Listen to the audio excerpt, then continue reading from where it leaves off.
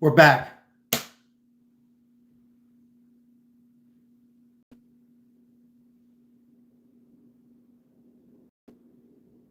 Okay.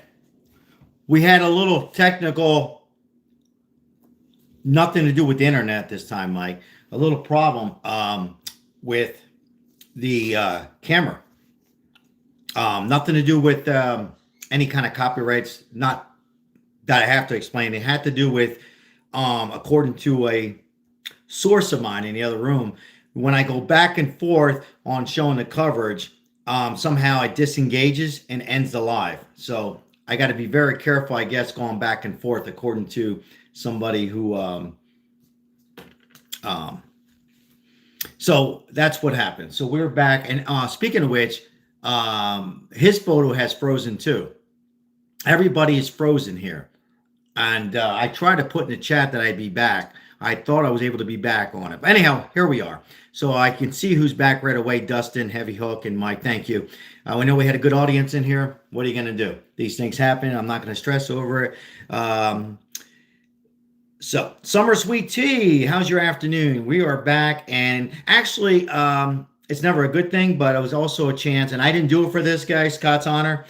I was able to check my text messages and go over some of that. I had a meeting to go to that was canceled, and I had to address that. So it was able for me to step away and address that privately and get that handled, and also my work schedule. So here we are. Nonetheless, we are back. Enough with me. It's all about finding Nancy Guthrie, and we are waiting for some kind of DNA to come through.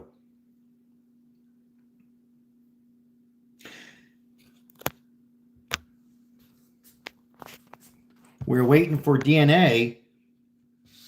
Thank you, Heavy Hook. I appreciate it. I really do. Hey, I appreciate it. Hopefully, I'm looking to my right as the president is speaking, addressing the nation. If it's real important, we'll show it. But right now, I want to kind of stick to what we're covering. Nonetheless, I hope that they have a press conference. That's where we were leading to. So Deborah, thank you so much. Thank you for the bronze. Appreciate all the gifts and all your support. I think it's about time to have a press conference, and but they feel maybe no, because we remember, folks, we have not had a press conference in a while, and I don't know if I'm reading too much into it, but I assume if they come out with a press conference, because I think they're getting close on breaking this case. I think they're waiting. I would assume once that DNA comes back from those gloves, once the gloves come in, I think you will have, hold on one second, guys. 1 second here. Okay, I would assume, I just want to make sure we don't get disconnected. Everything is good. Okay. Oh, TMZ got another letter today. Is that from Summer Sweet Tea? Another letter came in from TMZ. I did not hear that. A new letter today, or are you referring or alluding to yesterday the email letter? Not sure. I can get TMZ on. Let me see. TMZ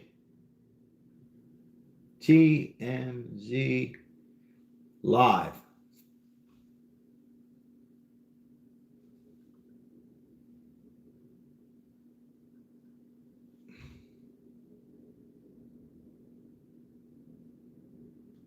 Once again, leading up to this investigation, if you know any whereabouts of Nancy Guthrie, the 84-year-old beautiful woman, call 1-800 call FBI, and that's the FBI tip line, or 1-520-351-4900. We are covering this now for the last 12 days, 12 days now.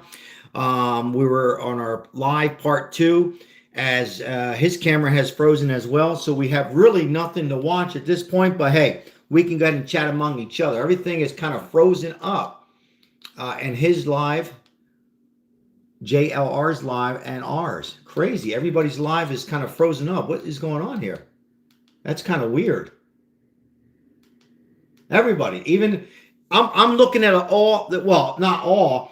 There's like 2 or 3 YouTubers that I watch, and everything is frozen. That is crazy. You cannot make this up, folks. Or is it my TV? Maybe it's my end. I don't think so. This is crazy. What the hell? There's no way. You have internet, Josh? All the stuff is frozen up here.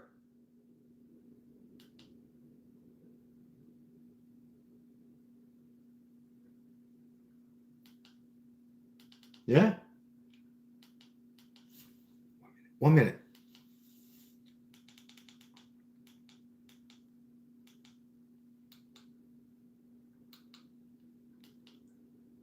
Yeah. So his has been, he's ended his live, or it's frozen up.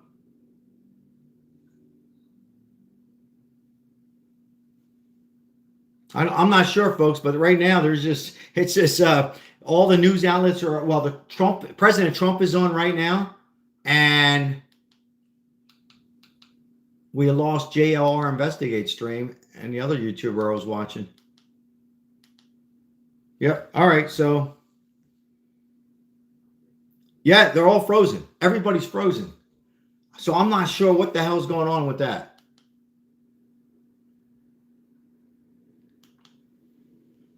All right. So we'll talk. Hey, Heavy Hooky, if you can do me a big favor, if you're not doing anything, I don't know how long you'll be on here. We're going to be on for a little bit. Let me know if he's on, because my TV has, mine's back. His went offline too. Okay, thank you.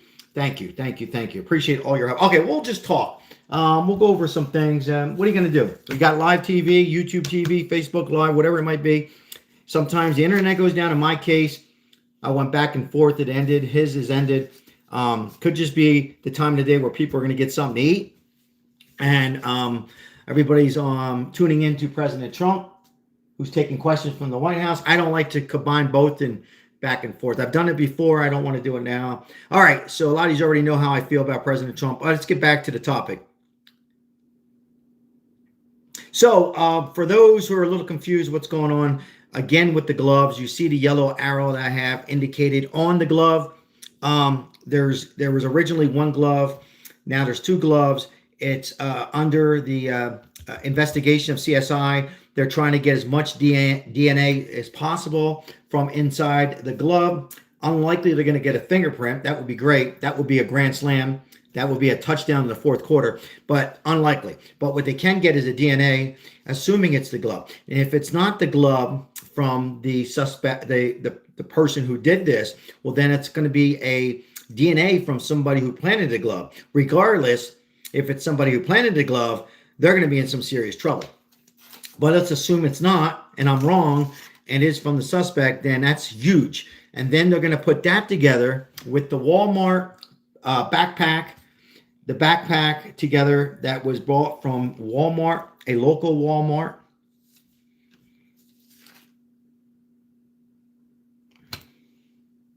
I thought I had the address of the Walmart, but anyhow, a Walmart that's nearby, the backpack. Yeah, I thought I had the address.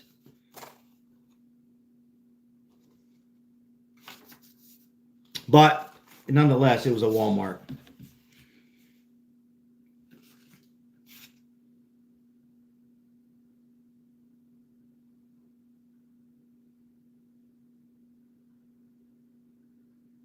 They're also, I'm reading some notes here that came in. They're also measuring his foot size 10, size 12. They think it's a very large foot. So I'm understanding this is just coming in too.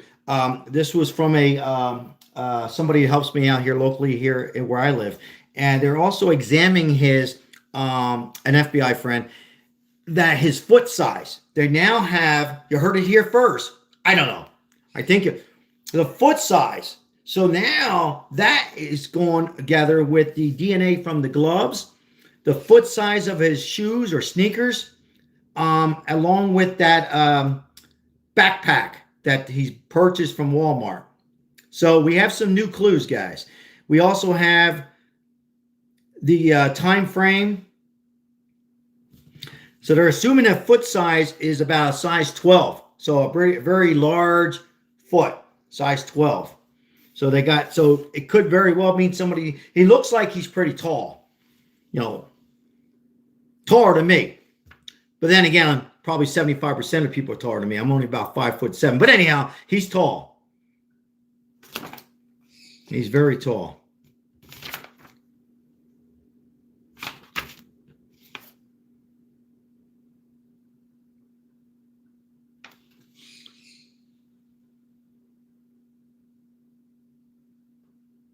Hold on.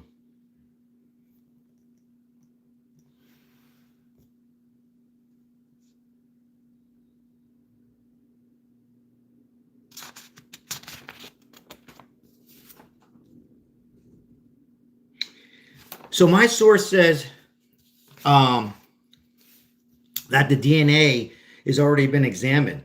They already have had the DNA. They're just not sure that the FBI and CSI and the investigation team want to expose it to the public. I'm just reading this now. This is somebody who, and he's calling me right now. Shit, if I get it, I'm going to lose the live. So hold on, guys. I'm working all angles here.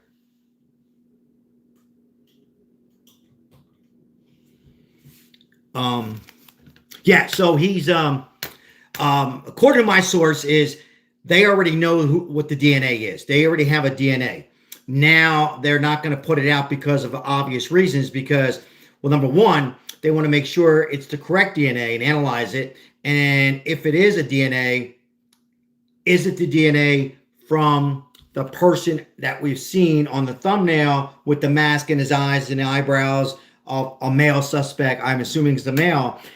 If it's not, whose DNA is it? Is it suspect number 2? Is it the suspect number 2? Or is it somebody who found that glove after February 10th and planted it there for whatever stupid reason? But this is the world we live in, and sometimes people make some very stupid decisions to have some, I couldn't imagine why somebody would do it, but nonetheless, that's the reasons they're not going to go ahead and expose that DNA right now. Maybe later on, maybe while we're covering this live later on or tonight, they might. So that's where we're at. As a sheriff is recovering. Hold on. Guthrie's neighborhood were already looking at their door cams, but it could be, Sandra, that they were asking for something a little closer to the time of her disappearance. This expands that quite a bit. It's possible they're looking for someone who is casing this area out, someone doing reconnaissance of some sort. So we simply don't know. We do know that once they put that footage and those images out from Nancy Guthrie's door cam, that they got a flood of tips. I think the hope here is that they'll start to receive even more information from the neighbors here. All right, Alicia, thank you very much. John? All right, let's get to Jonathan Huddy. He's live outside the Pima County Sheriff's Office. And so this is just an appeal, we understand, Jonathan, for people to come forward with video that might be on a Ring phone or a Nest phone or maybe something else that recorded it between a certain period of time. Any kind of video recorded by any kind of device. How's that, guys? Take a look at now. As Alicia mentioned, they're looking at a 2-mile radius around Nancy Guthrie's house, and they're looking at the time period from January 1st to February 2nd. What that might imply, John, and we have to keep saying the word might in all of these things regarding this investigation, but it might imply that they believe there is a possibility that somebody was in that area in the month leading up to Nancy Guthrie's disappearance, checking out the house, looking around. You remember we did get some reports of a white van on the street not far from her house at one point, an unmarked white van. So obviously they're going to look into every possible sighting of anybody who might be suspicious and might appear not to belong in that area. It's a mountain of evidence, of course, that they're going through, John.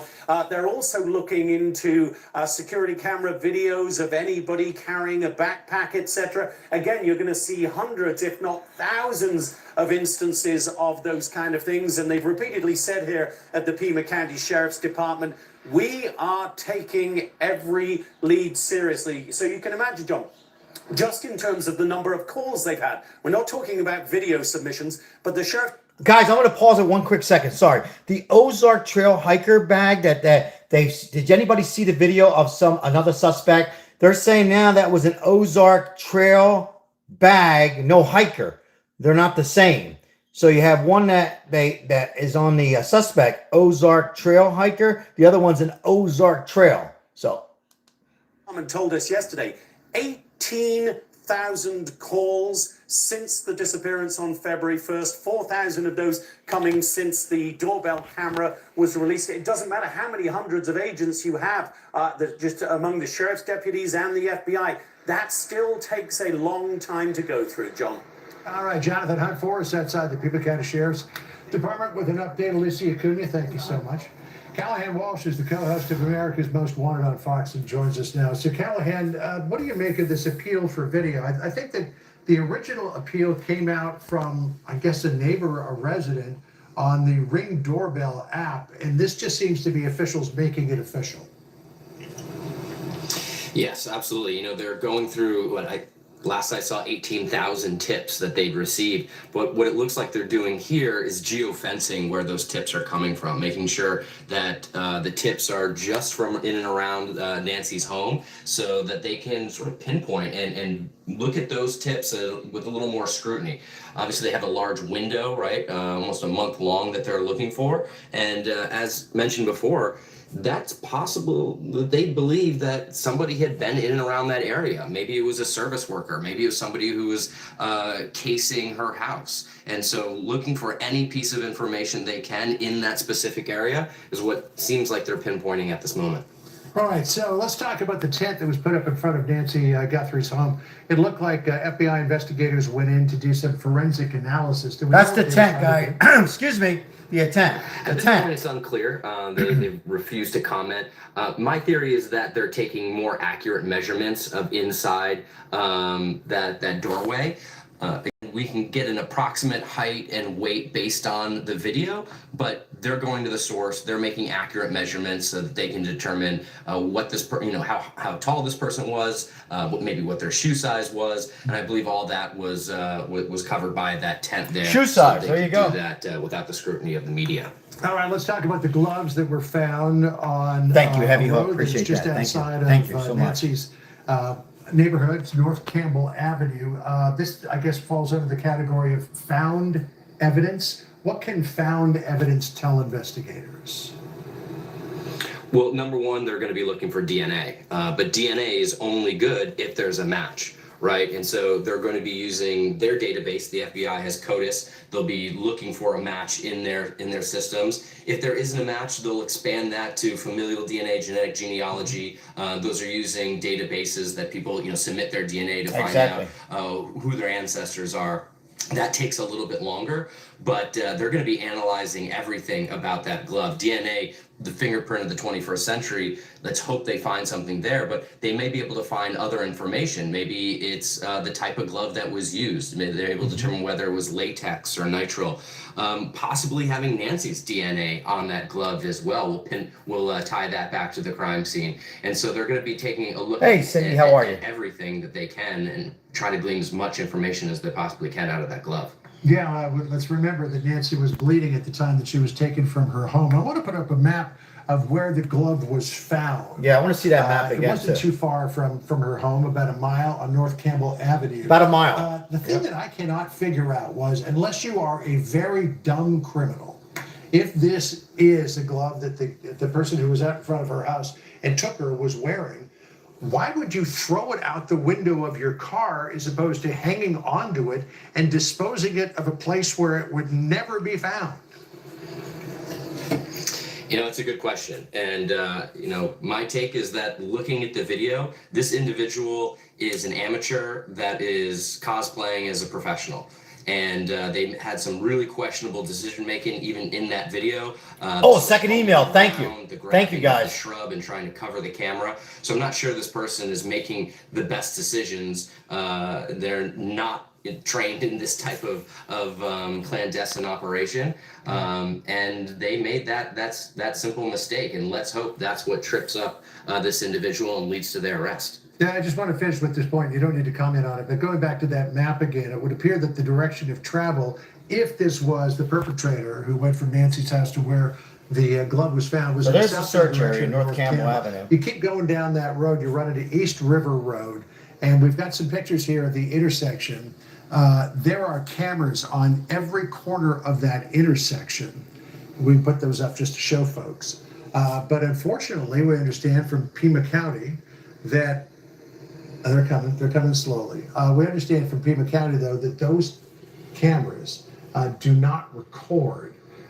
So I don't know if we're going to have any of that video. Callahan, good to talk to you. Thanks so much. Really appreciate it. So we're looking at the cameras of. All right. Sandra? All right, we'll have more on that coming up. Meanwhile, breaking moments ago, 2 key Senate test votes on the funding for the state. The All right, so that's another topic here. All right, guys, come on in. So shutdown of the agency. Interesting how that one camera did not work. But here's I kind of disagree a little bit on. Hello, guys, come on in. Welcome in. I'm Sal. Appreciate like and subscribe. As we've been covering 12 days, a body has not been found. And we are, in my opinion, getting some more updates on the shoe size and the gloves and DNA. Will they be coming out sooner than later? Now, for me, yes or no? Could he just take a pair of gloves? Could he just take a glove and throw it out the window? Hold on one second. I gotta. Here, look. I'll be right back. Hold on.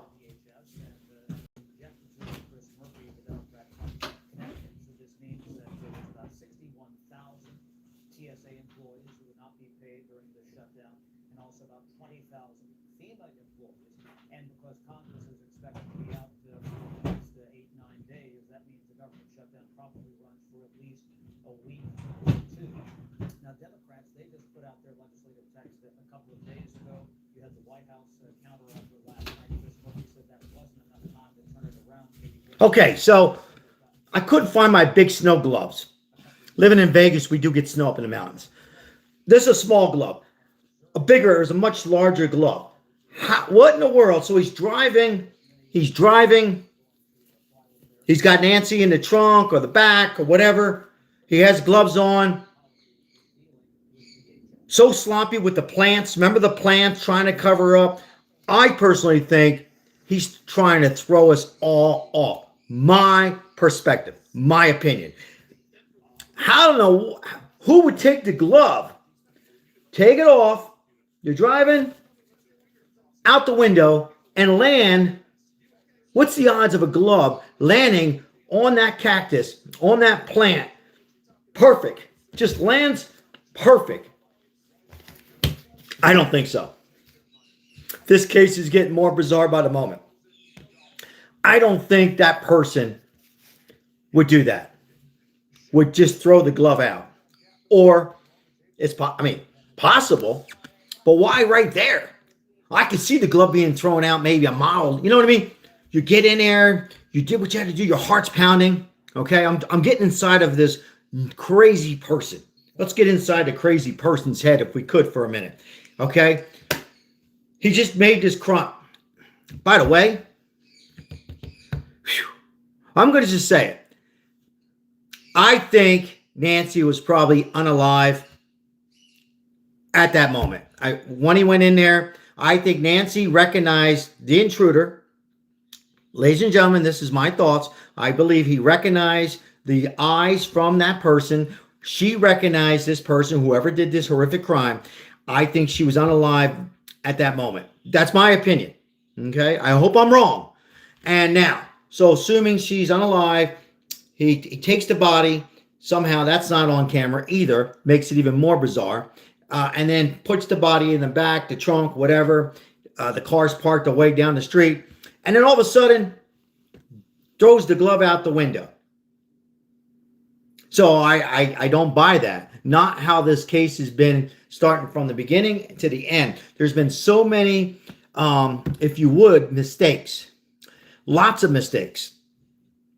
Lots of inaccurate or rushing to the scene investigation. That's something that maybe YouTubers can do or us can do, right?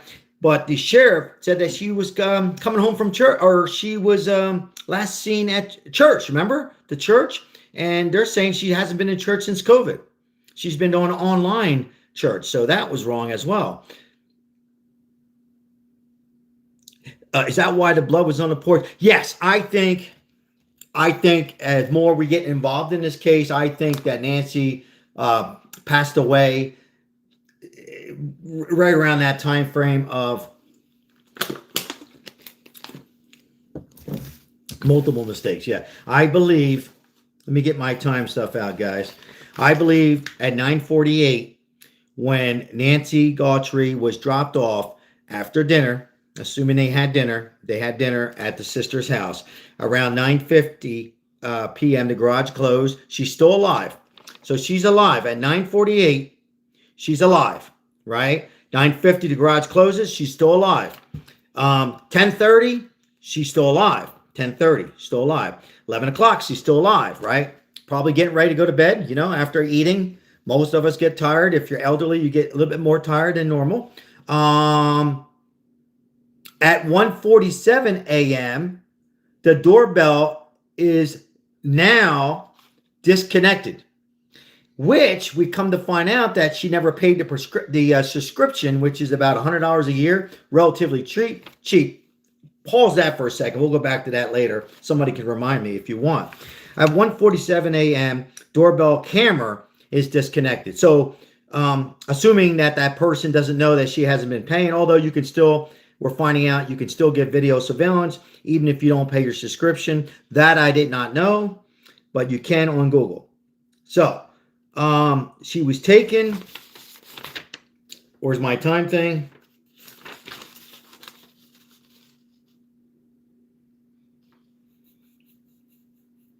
And then they get the call from the family. The missing mom of 3 is taken. So somehow or another, I believe when the intruder, when they came into the house, the man with the mask, and I'm not even 100% convinced, guys, and that person with the mask is even the person who went in. I'm just throwing all that out there because, you know, think about this, guys.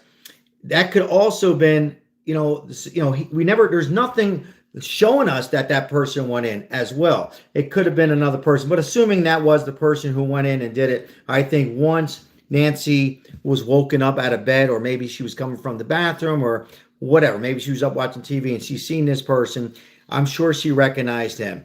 And at that point, moments after, I think that's when it happened. And that's why you're seeing the blood, some blood on the step. That's what I think happened there. And as far as the glove being thrown out, I don't know how the hell they would be that crazy to throw a glove out right there. A mile, they said? Was it a mile? A mile from the house? Come on. The glove was found, but shortly after the media started saying officers found a pair of gloves. Yeah, it just doesn't make sense. This whole case, you know? And we all seen on how that glove was just like, it's kind of weird how it was just right on top of the some kind of a cactus plant there. I'll show the cactus plant where the glove was one more time. We'll bring that up.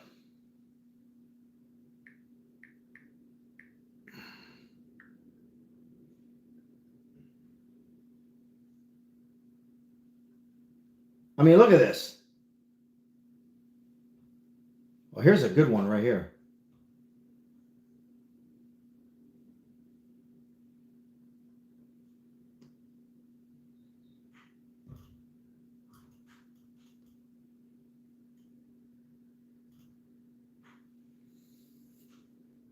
So look.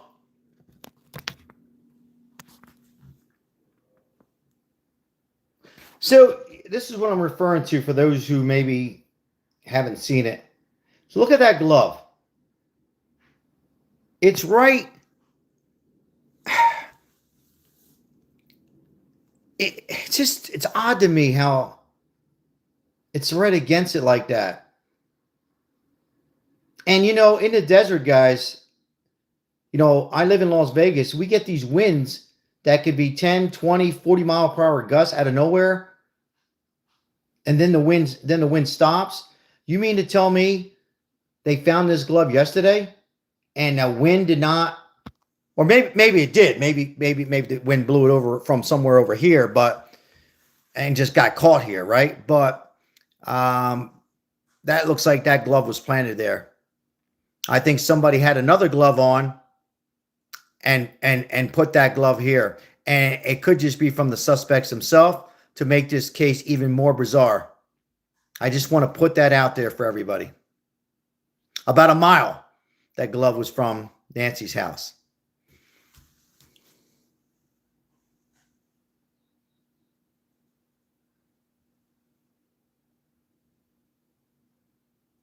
About a mile and a half to be correct. Yes. So mile and a half. So it could just be the suspects are really not that stupid. I mean, think about it. It's been 12 days. And they're just trying to make it more complicated. Could it be somebody who worked for law? Could it be somebody out there who knows a little bit about CSI? I want to put this out there. I don't know why nobody else is talking about this. I'm going to say it. I have that right to say it. Could it be somebody who knows a little bit about how it works out there? On how DNA works. Is it somebody who has a family member or worked for CSI? Or, why we always think it's, I'm just saying to put that out there. Who's just playing us with the ransom. Let's not forget, we got the ransom letters. We got 2 emails to TMZ. We have a ransom letter that doesn't make sense. Ransom letters don't go to TMZ. No defense. They go to the family. If you want a ransom note, if you take somebody, you want the money, you're going to send it to the family. If somebody took me tomorrow, they're going to send that letter to who? My wife. They're going to send it to my wife. Hey, we got your husband. We want such and such. They're not going to send it to TMZ. Why would they send it to TMZ? To make it national news? To play. I think they're a step ahead. Folks, let me just tell you something right now. They are a step ahead of authorities. They did not just say, we took a woman and threw that glove out the window. No way. No way in hell. There's no way. I would be shocked. I think they're playing us. They're playing the FBI, the detectives, the sheriff, all of them. Look what they did to the sheriff. He went to an Arizona State basketball game on that Saturday, the day before Super Bowl. Brought in the FBI. We thought the FBI was going to get close. They go to the wrong person's house. They go to Carlo's house. They drive 45 minutes away. JLR's driving 75 miles per hour to get there. Everybody's there. Tear up the car that we think, a lot of us who were watching live, that was the backpack. Come to find out, this guy was not the person. Not the person at all. Because of his eye color and that he was looking into some home, either a day of, but not even in that neighborhood. I don't know why he was looking into some home, but that's not our business. He wasn't the suspect. They broke his door down, went through his car. And I don't think those eyes even looked like it. It's bullshit. So the FBI have messed up. And yes, I'm being hard on the FBI. We're not talking about handing out a coffee at Starbucks that was caffeinated or decaf. We're talking about an investigation. A person who's probably not, who's unalive. A person was kidnapped, an elderly. How the hell how do you rush into things and go to a wrong home, folks? Yes, I'm being hard on the FBI. And I talked to an FBI friend and he agreed with me. And believe me, he would call me out. He also said, this friend of mine said, why wasn't there's the whole house with yellow tape? Why wasn't that home a crime scene with yellow tape all around the house so nobody can get in? Or there was no yellow tape. There's still no yellow tape. And I'm going to talk about the pizza one last time for the viewers who may not heard. There's a great YouTuber out there. His name is JLR Investigates. He's out there investigating the times, and he has a lot of energy. He's looking around and he sees a pizza guy. Not even the sheriff seen the pizza guy. Pizza guy from Domino's drives down. Still not blocked off. They're not even looking. Hey, are you a neighbor? Are you a neighbor? Are you part of the media? Are you a YouTuber? Who are you? Pizza. Yeah, and he goes, well, I'm delivering a pizza. Who's it for? I have an address. It's 0000 blank street. And right there, he goes to JLR, or JLR goes, do you understand what this is? Thank you for the donation. Sheriff is back talking. Sheriff is on.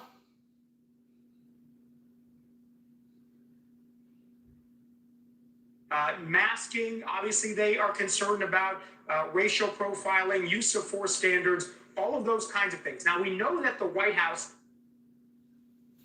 So, so now you have a Domino's pizza guy who has a conversation with this YouTuber for a few minutes. And by the way, it's not the YouTuber. He didn't order the pizza. Let me make that clear. He never ordered it. Nobody from the media ordered a pizza or food. It was a subscriber, a person out there, a nice person, nice gesture to feed the media out there and the news cover, the journalist, JLR. But my point, let's not lose focus. How the hell that happened? How did that happen?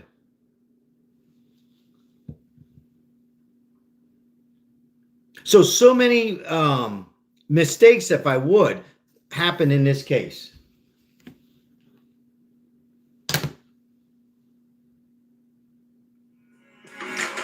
That feeling of India never really leaves you.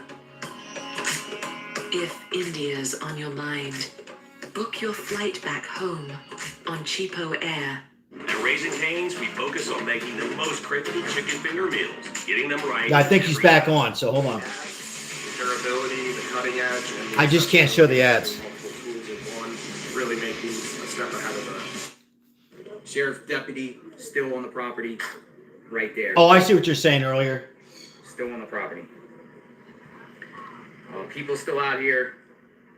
So I see almost 10,000 people in the chat. Thank you for being here. Thank you for continuing to watch the channel.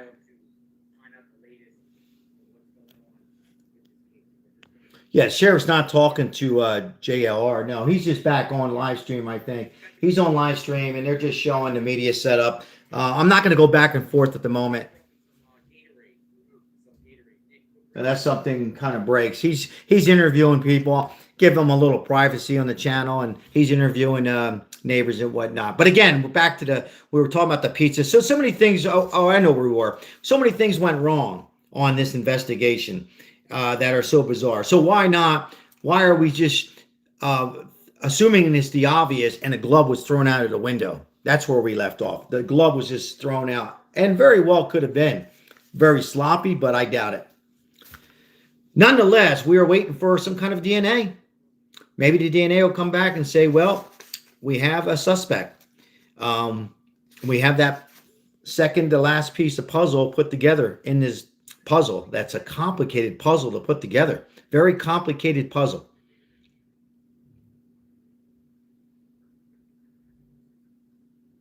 Pelon, how are you? Pelamas, how are you? Good to see you today, my friend. Good to see everybody new, like and subscribe. We were covering it live earlier, got cut off. I'll try not to go back and forth too much because it seems like YouTube will cut it right off for whatever reason. Maybe I did it, I don't know. But we're covering this ongoing situation.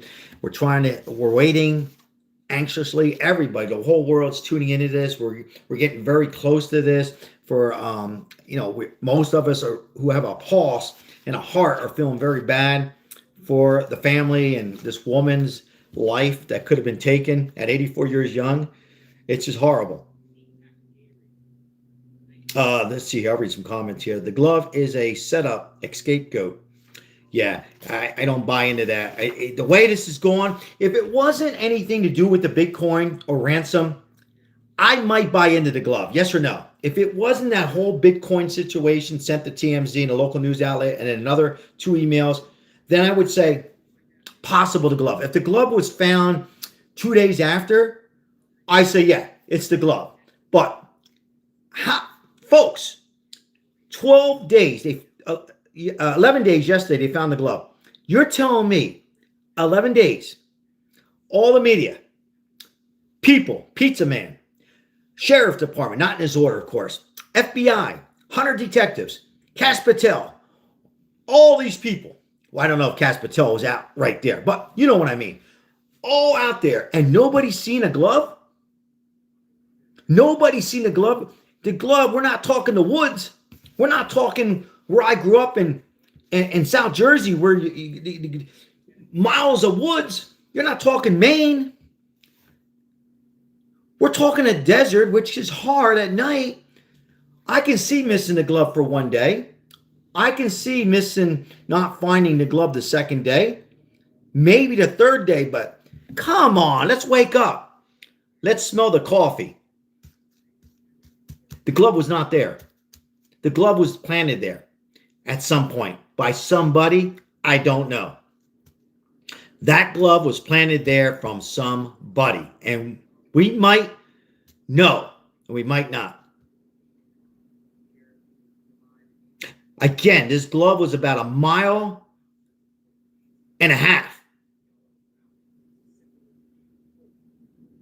from the crime scene of Nancy Guthrie's house, right? It was found yesterday, February 11th. Today's the 12th of February. And now it's under DNA. And now we also know the backpack, Ozark Trail hiker backpack being analyzed. That was purchased from Walmart nearby, some Walmart.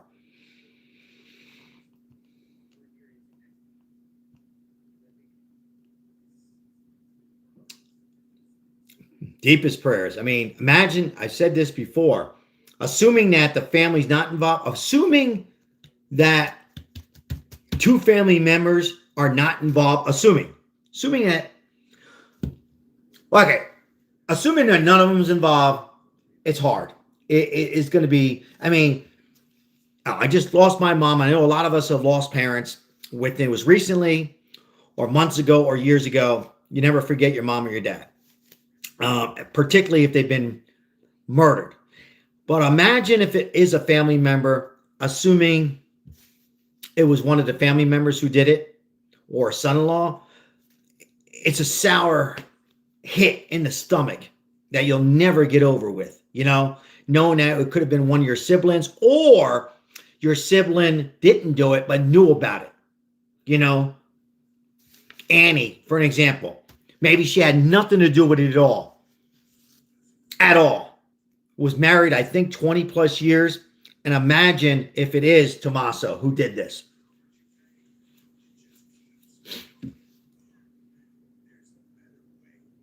Thanks for bringing that comment. I'll read it. The backpack did have, I quote, reflected strips on the straps from from Heavy Hook there. This came up. But you'll imagine, sorry, I got allergies, guys. Sorry.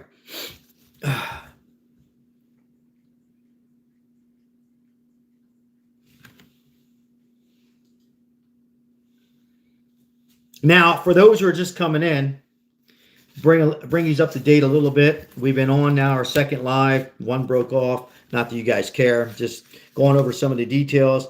I believe the FBI might know who did this. I think they're waiting for the final piece of the puzzle, or 2 pieces of the puzzle, as the FBI still searches around Nancy Guthrie's house. I also believe could be a day or assuming a day, they're going to have a nationwide search or have the public search the area. They're offering a $50,000 reward. We went over the Bitcoin. The Bitcoins are worth about $50,000 to $60,000. What do we know? At 9:48, January 31st, this all started. At 9:48, the mother of 3 was dropped off after a dinner at Annie's and this Tommaso house. Tommaso Cioni, the son-in-law. They dropped the beautiful woman home. She goes into the house, and at 9:50 p.m., the garage door opens. At 1:47 a.m., the doorbell camera is disconnected. And that's the time frame there. So you guys can digest that for a few minutes and analyze it for yourself. What's your thoughts on that? And at 1:47 a.m. in the morning, doorbell camera disconnects. 9:50, garage door opens. Crazy, crazy, crazy. And we continue to talk about the glove. We continue to see that person who's pretty large who walks in. He kind of walks in like this and then leans over and uses some plants to cover up the camera. Who in their right mind would who would use plants? If it was somebody who was professional, they would have a towel or, much better thought out. I still think they're playing us, trying to throw us all off. And the glove. But that's just my thoughts.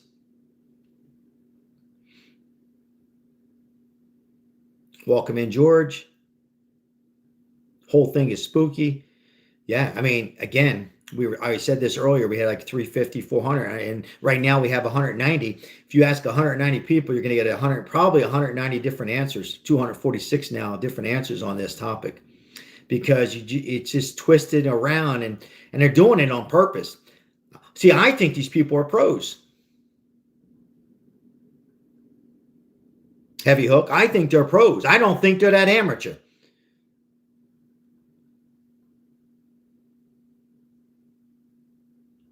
Who would mess with some weeds and flowers? When I say weeds, plant weeds, and put them all around and try to put it around the camera. Now, who would throw a damn glove out right there, 1.5 miles away from the crime scene? At the same time, they're writing ransom notes to TMZ and local news outlets. Think about all this. And we can't catch them? We can't catch them? What kind of FBI do we have out there? Seriously. Yes, I'm calling out the FBI. What kind of detectives we have out there? What kind of sheriff do we have working? Let's get together and what the hell's going on? Seriously, folks. 12 days? Give me a break.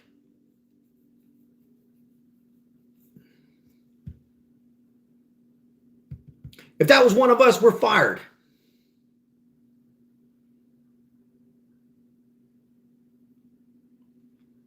Don't tape up the house. Don't put the yellow around the house. Letting pizza Domino's deliver pizza.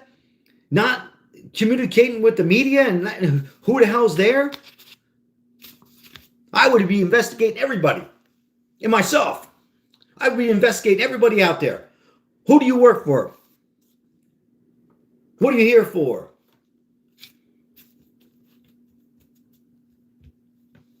They didn't even search the side where the media is at that has right to cover this. They have all their rights because it's public street. I'm not saying they don't belong there. They belong there to show us what's going on. But why didn't they say, hey, when they all leave, hey, can you guys just pause for a second, move down the street, and then they go in and bring their team in to search that area? They haven't even thought about doing that.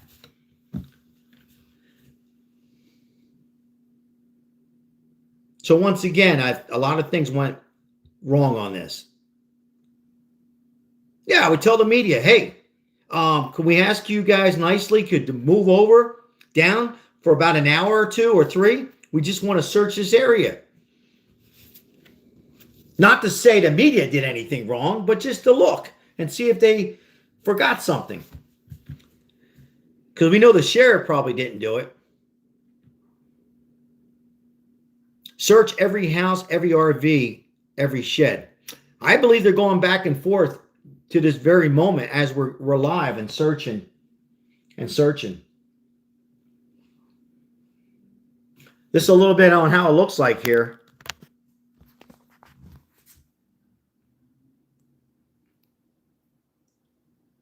You see there's so many people there.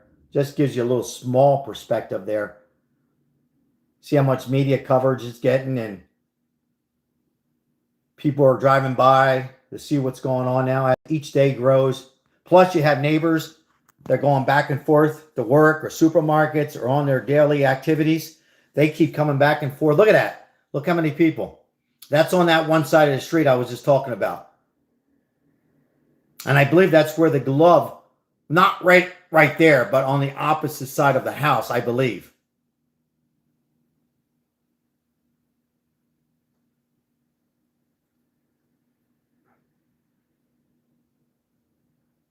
People are walking their dogs. You know how we are as humans. We want to know what's going on.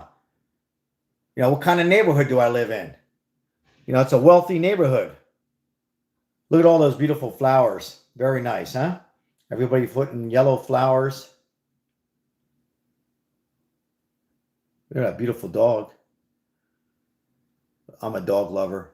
Speaking of which, guys, not to get off topic too much, what this channel's about, we help out the homeless. I always have dog food with me. Yesterday I didn't, so we went back and we fed the doggy. We like to take care of the homeless people, and a lot of people will criticize the homeless people. Why do they have dogs if they can't take care of them? Let me just put this out there. I usually don't respond to trolls, but on this one I will.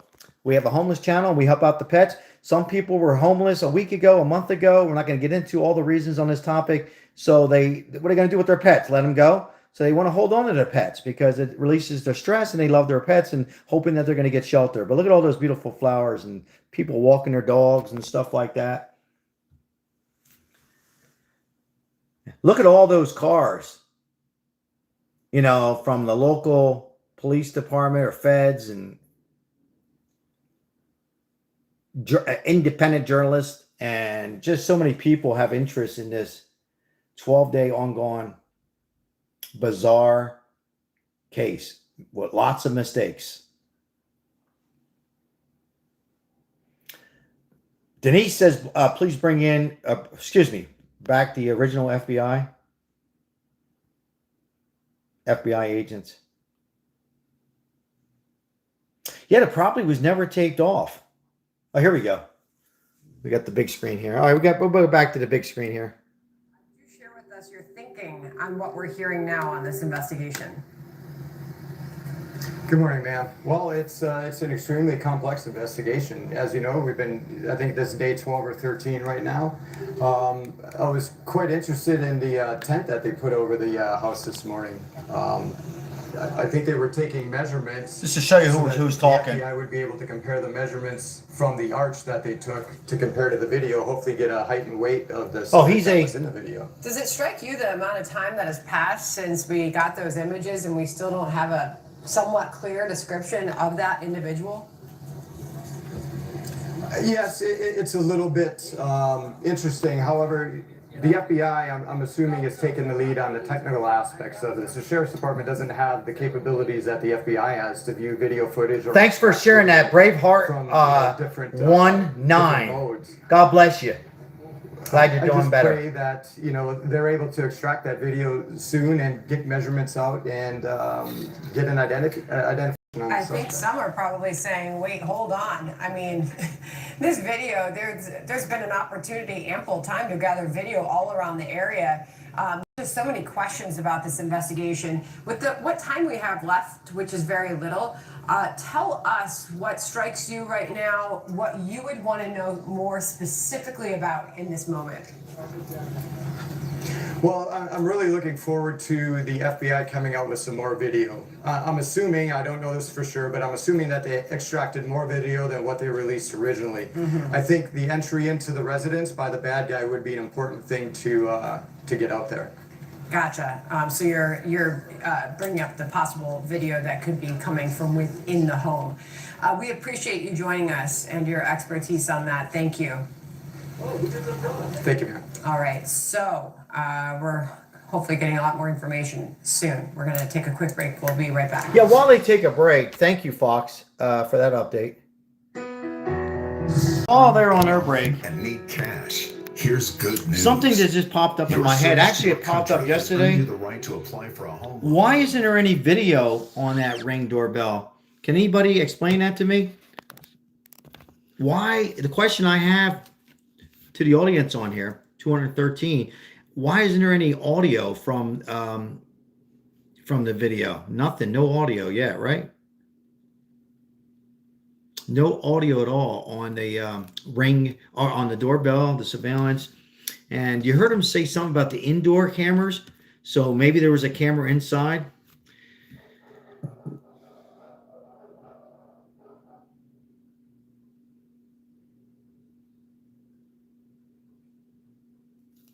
Let's see. I'm wondering if they'll end up telling the media.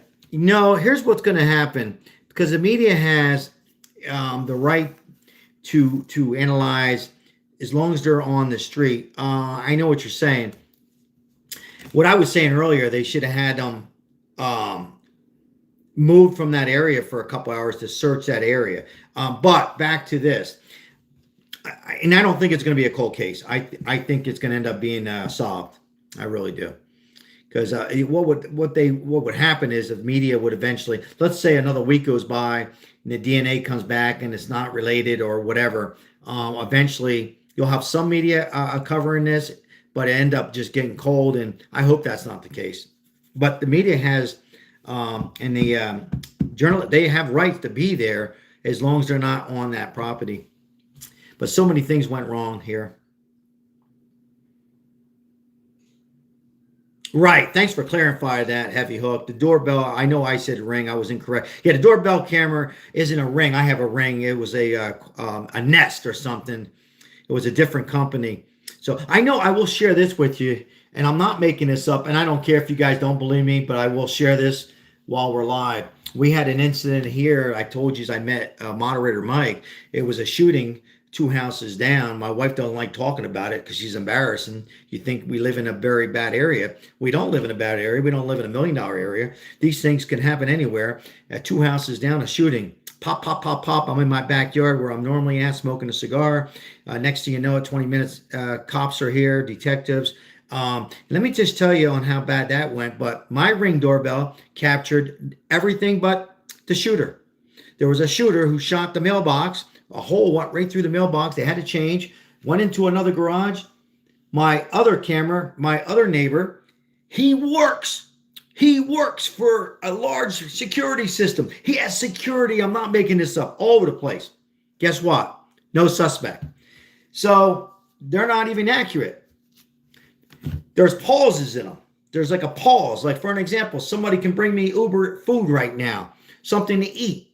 And then like a minute later, UPS or a Prime Video can drop off a package instant, and it might not capture. And also, if the internet's out, you have nothing. So if your Wi-Fi's not working, like Cox, that sucks. It's not working. You're shit out of luck if you got robbed or they stole a package or much worse like this. So I just wanted to put that out there. Crazy. So mine's a Ring. I understand there's some great, I understand if you're looking for a good, I got to be, well, I still have Ring. It's the cheapest, but I think if you want something, look, the best security is a couple Italian women, like in the old days, or a couple Jewish women. That's the best security. They're always looking, right? The best security is a dog, but the best would be going through your local cable, and I understand there's different videos surveillance without, if your Wi-Fi is out, you have a backup, so you would want something like that, but that's going to cost you a couple $100 a month probably. So, but my point is, it's not always accurate. Oh, here we go. We got some updates. Guthrie, as investigators now ask for a month window of video evidence within a 2-mile radius around her home. It may go further than that. That's what they are asking for right now from everybody who lives in that area in terms of anything. A couple Italian women, Jewish women, old ladies. Person, that's anybody security. who might have been scoping out Nancy Guthrie's house during that period. Now, a short time ago, we saw what appears to be FBI's video forensic analysis unit carrying a video capture device. When you zoom in on it, we're going to show you, and also a playback device that would allow them to record and understand video and images that they take. Who is this guy? Who is he? That tent that was there earlier today as they tried to do some of this investigation. Also, an agent carrying a height measurement chart likely to match up with what we learned on the video that was captured by the front door in the Nest camera that we have been covering, obviously, throughout the last 36 hours. And you can measure that against the bricks and the archway to figure out the exact height of this person. So they're trying to get more exact, is the assumption, on the sneakers. Gotta have a big dog, Leon. Of this human Gotta have a being big German Shepherd. What they can glean from all of that. The other thing we're waiting for that we haven't seen yet, and I would imagine because of all these measurements and things that they're working on, that at some point we would hope to get a composite sketch released of what this person might look like so that people can have a better sense of this wanted individual. Former NYPD Inspector Paul Morrow and think he might be bald? Police Lieutenant Randy Sutton working this story on the ground in Tucson. But let's begin with senior correspondent Alicia Acuna, live in Tucson, outside Nancy Guthrie's home.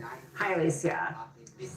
So all of that. Hi, Martha. And the Pima County Sheriff's Department made this request of the people who live around here via an alert to their Ring and Neighbor apps. They also provided a copy to the media. I can read you a portion of it. It reads, quote, "We are requesting all video footage that includes vehicles, vehicle traffic, people, pedestrians, and anything you deem out of the ordinary or important to our investigation from January 1st, 2026 through February 2nd, 2026. The message includes a map of where this alert was sent. It's a 2-mile radius around Nancy Guthrie's home.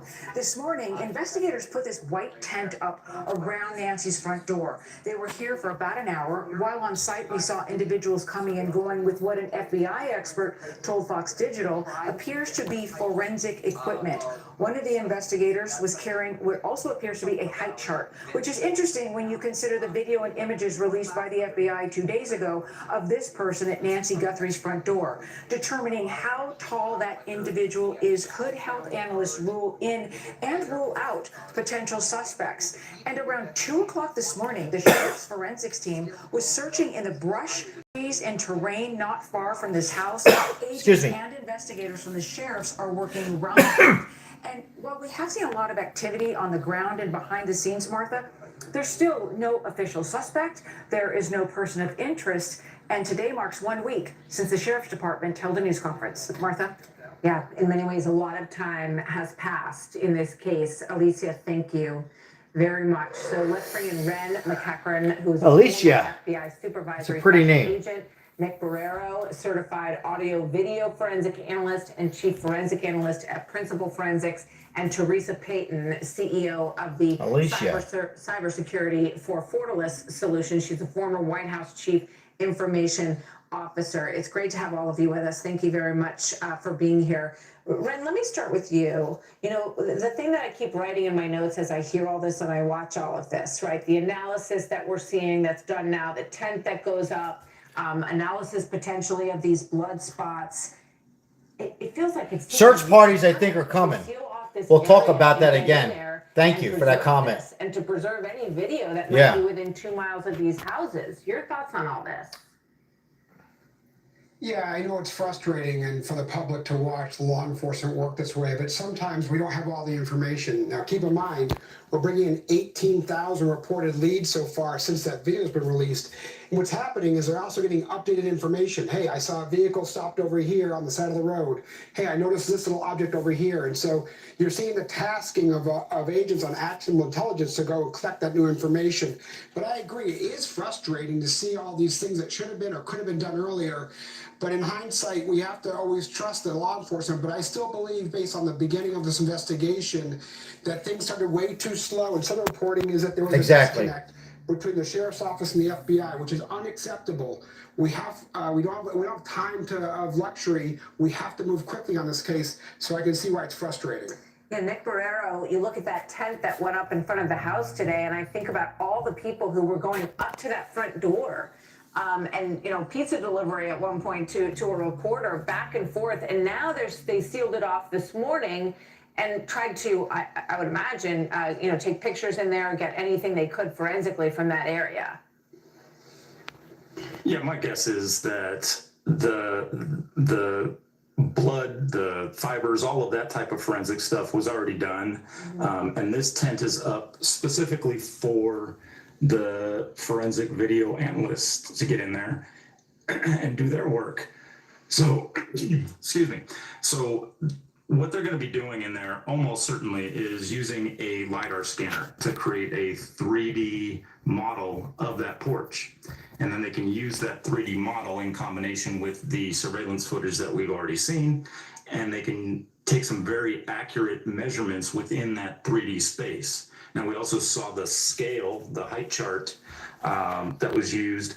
That would have been for an exemplar recording that they would have made by mounting an identical camera on the wall. We know that that camera was tampered with, it was removed, but they could mount an identical camera in the same space and use that camera to make some exemplar recordings with a scale exactly where this suspect was seen standing, and then they can overlay that scale on the surveillance video and get, again, a very accurate ADT's pretty good of that suspect based on that height chart. So, Teresa, you know, one of the big questions is obviously what is being held close to the vest. We still don't know how this individual got into the house.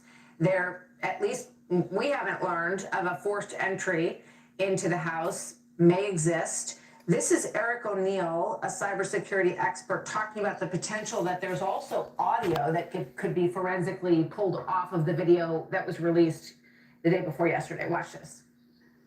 I would bet that the FBI has audio related to that video that they haven't released. The only reason they wouldn't have it is if somehow the audio was separately corrupted from the video when they recovered that video. That particular Ring camera has a battery. It's very possible that as that criminal carried the Ring camera with him, it recorded additional audio after he ripped it off the wall. Teresa, your take on where this investigation likely is right now, based on all the input we just put out there today? Yeah, so there's probably still a lot of information that law enforcement is not sharing with the public because they don't want to tip their hand to the abductors who did this. But it is interesting with the recovered video, there may also be recovered audio, more recovered video that hasn't been shared with the public. It would be nice to hear some audio, right, guys? Identify. Thank you for being here. Of course, they could be on site. If you enjoy the content, we appreciate the like, subscribe if you haven't. Thank you. Recreating some of the events. They could be using AI to enhance the imagery that we see. I used AI on my own, just sort of looking at, could I unmask the person? How could you match up the eyes with other eyes? And so a lot of that work might be being done while that tent is there to sort of give the investigative team not only time to get more forensic evidence. Here's part of the media covers, guys. This is live right here, right in front of Nancy's house. Look how many of the media is here. Teresa, real quick, would you expect that we will see a sketch? I mean, my whole life, whenever there's been a manhunt for an individual like this, eventually you get some sort of picture of what they've put together.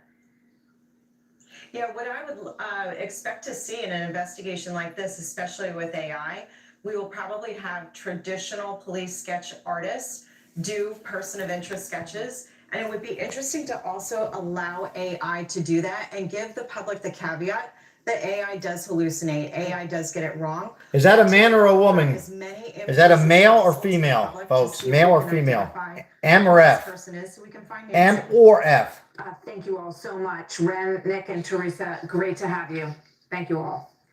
So coming up, investigators are now asking, as we mentioned, anyone in the 2-mile radius to help turn over any video from their phone, Female, their male, vest, their Ring doorbell, couple males, dating back to one female January so 1st, far. as they try to see if this neighborhood was scoped out by this kidnapper. Retired NYPD Inspector Paul Morrow and retired Las Vegas Police Lieutenant Randy Sutton. Randy Sutton, I know him. Coming up next. I know Randy Sutton. I'll keep my comments. Randy Sutton. Oh, he's a good man. All right, we're going to go back to, we'll wait. Fox is on a break, so we're going to go to JLR for a little bit. It goes all the way down the block, goes all the way down that block, goes all the way up this block. There could be close to 75 cars here now. Easy. Goes all the way up here. This is crazy. Look at all this. Media frenzy.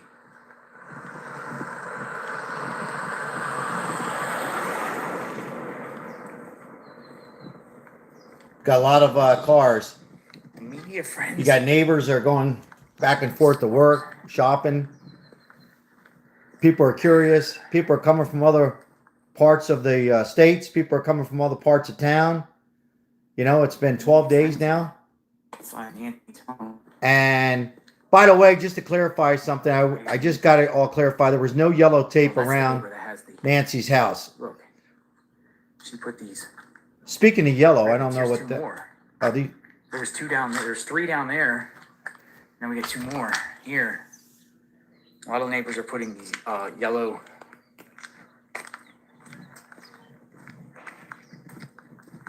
All the way up here. And why I bring that up is because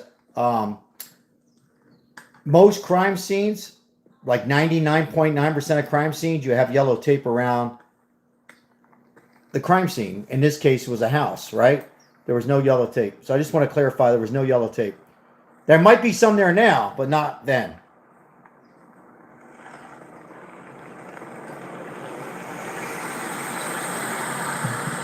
You're gonna get the water and water the flowers. Look, somebody here, a resident, has free books. Free library. Oh, you can't really make this out, so we're gonna step away from that stream because it's kind of hard to see because of the Wi-Fi there. And Fox is on a break. Hello, guys. I'm Sal. Appreciate you guys tuning in. Like and subscribe if you enjoy the content. I see a lot of the comments about O.J. Simpson. Yeah, we talked about O.J. Simpson yesterday. Most of us haven't seen anything quite like this, and I guess hopefully we never will. But yeah, O.J. was that ongoing situation. But this is something that I'm going to say one last time. Appreciate you guys being in here. It's been very sloppy with the no yellow tape, incorrect information. They said originally they said Tommaso, the son-in-law, brought Mama home, Nancy, and then it was a family member. The sheriff, don't forget, went to Arizona State basketball game. I understand we all get stressed. We all have a life. And our time off, we should enjoy what we do, but not when you're having an investigation. He could have watched the game on TV and had a beer. He could have had a beer and went back to anyhow. That was sloppy. Also, there was reports that she was in church, last seen in church. We found out that she hasn't been in church since COVID. Thank you for the bronze medal and the gifts and all the support. And then the FBI made a mistake. You know, Cash Patel and the FBI, they messed up a little bit. Not a little bit, a lot. They went to the wrong, and a lot of you are going to say, man, this guy's hard on the FBI. Well, I've spoken to a friend. He's an FBI agent. I tell you what, guys, I'm going to see if I can get him on. I'm going to see if I can get this FBI agent on. I can't say his name. I was told not to. Because he told me, he has agreed. He said, just because of the eye color, he didn't believe was enough evidence based on the eye colors that to go there and take Carlos and bang down the door. Oh, here we are. We're back. We're back on Fox. See what they got to say here. There's Nancy's home. Over the course of the month of January, because obviously they want to see if they can pick up anything that is a car passing on the road that might be of interest, or anyone moving around, anyone going slowly by the house, anyone who appears to be scoping out that area and potentially staging it for what we saw happen on January the 31st. 1st. That's when Nancy Guthrie was last seen. With that, we bring in Paul Morrow, retired NYPD inspector, attorney and Fox News contributor, and Randy Sutton, retired Las Vegas police lieutenant and founder. Randy Sutton's a good man. Great to have you both with us this afternoon. Paul, obviously now there's a lot of images that are circulating out there. They're getting a ton of information that is coming in on anything that looks like it might be useful. Your thoughts, Paul?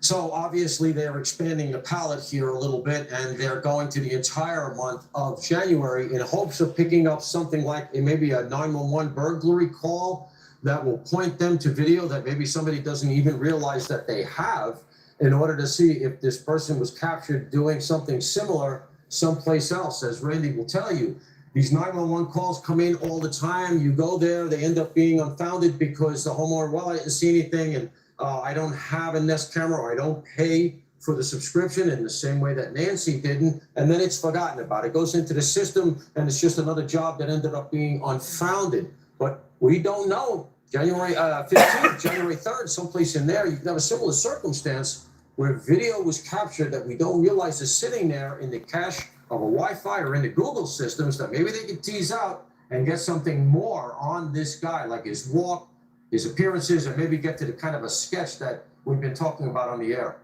Yeah, Randy, it seems like that would be very helpful. We keep hearing about all of the AI opportunities, the geofencing, the cell phone technology that would really give such a good map of everything that's been going on in that area, now extending to the last month. How long do you think it will take before we get some kind of image put together from the person on the front steps?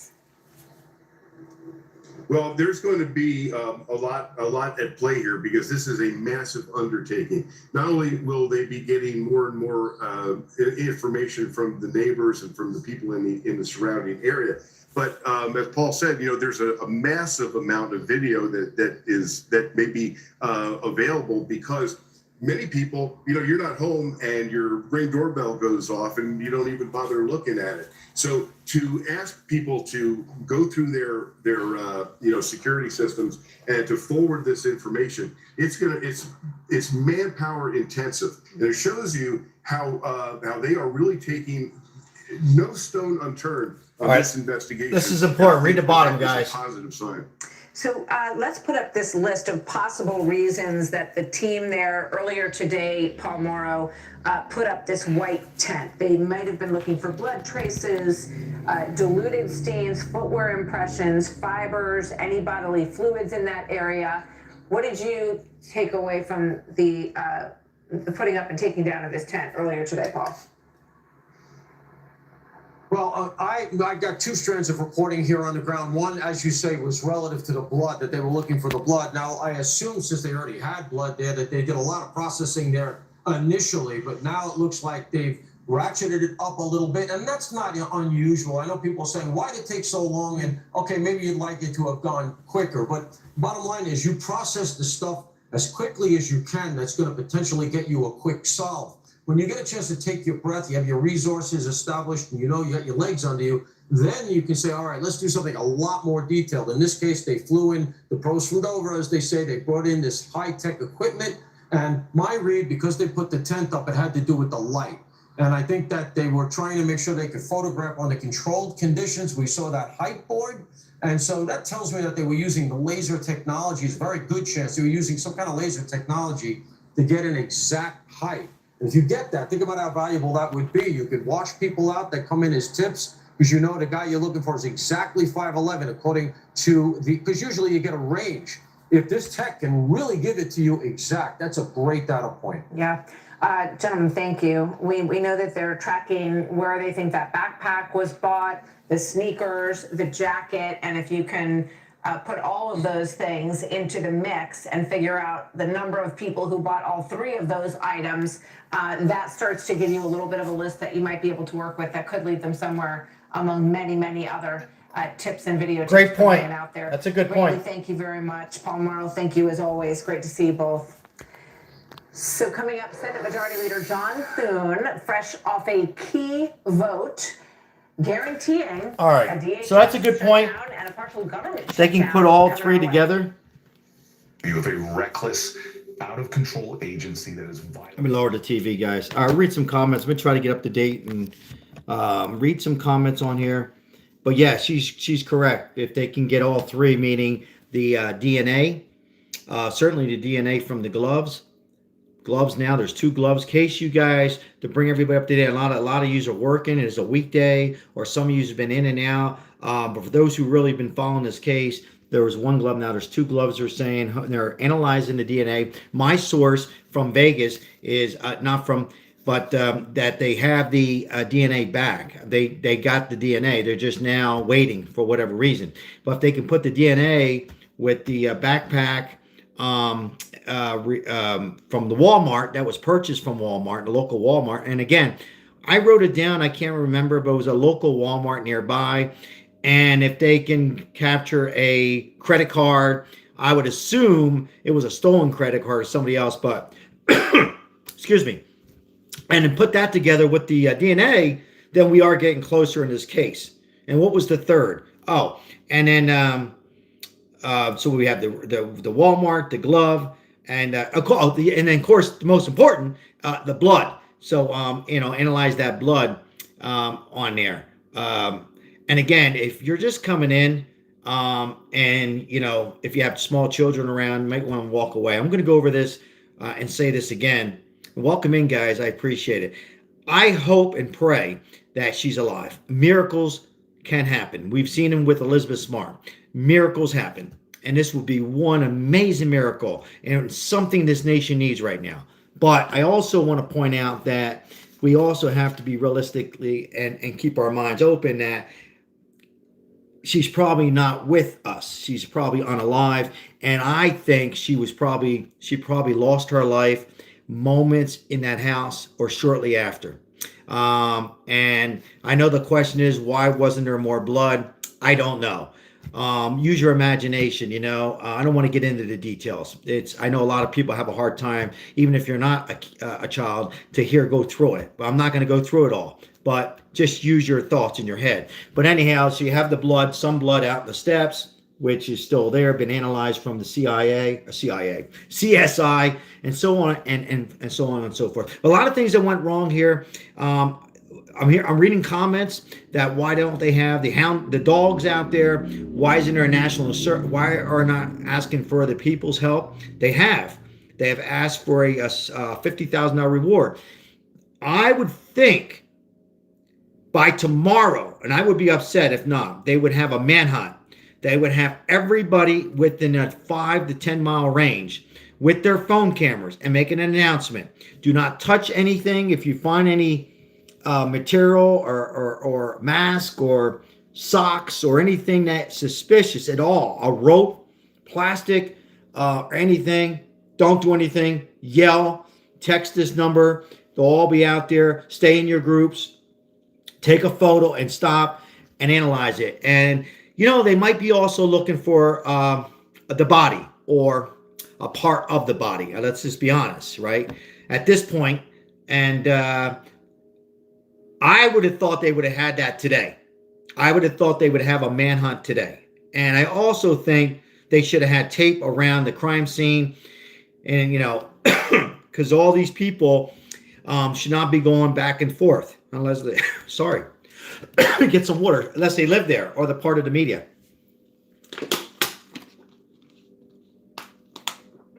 I'm just looking over there. They're talking about another subject, on Fox. All right. Hey, Billy French, too. Good to see you, my friend. Let me get off some comments here and see what's on your minds. Let me see what's on your minds here. Enough of me rattling here. Just wanted to bring everybody up to date the best I can. Let's see here. Let's see what we got. What kind of pizza was delivered? I think it was like some pizza that I don't like. Italians, most of us don't eat pineapple. I think JLR said it was pineapple pizza, sauce, pepperoni pizza, and plain pizza. It was like 3, if I'm not mistaken. Heavy Hook still on here. I think it was 3 pizzas that were delivered, and it was delivered to the independent journalists, sort of like we are here on YouTube. Cheese and pepperoni, thank you. So it was ordered, and And that's pretty much that. He did not order it. Nobody from the media that I know of ordered the pizza. It came from a subscriber. Hello, and I am new. Can I ask what your channel's about, sir? Well, first of all, thank you. Appreciate you. Hope you're having a good day. We are discussing what the channel's about. I have a homeless channel. That's what it's about. We help out each and every day. I have short video clips, anywhere from like 10 seconds to 2 minutes long, helping out the homeless in Las Vegas, New Jersey, and soon to come other parts of the world. That's what we're about. But we cover the latest ongoing. Lately, the last 12 days, we're covering this 84-year-old, beautiful, elderly woman kidnapped. And that's what we're discussing right now at the moment, along with some other things like politics and what's going on in the world. Just shows, yeah. Barbara, I appreciate you. Thank you. I got stopped on the comments, addressing one comment. Thank you, Barbara.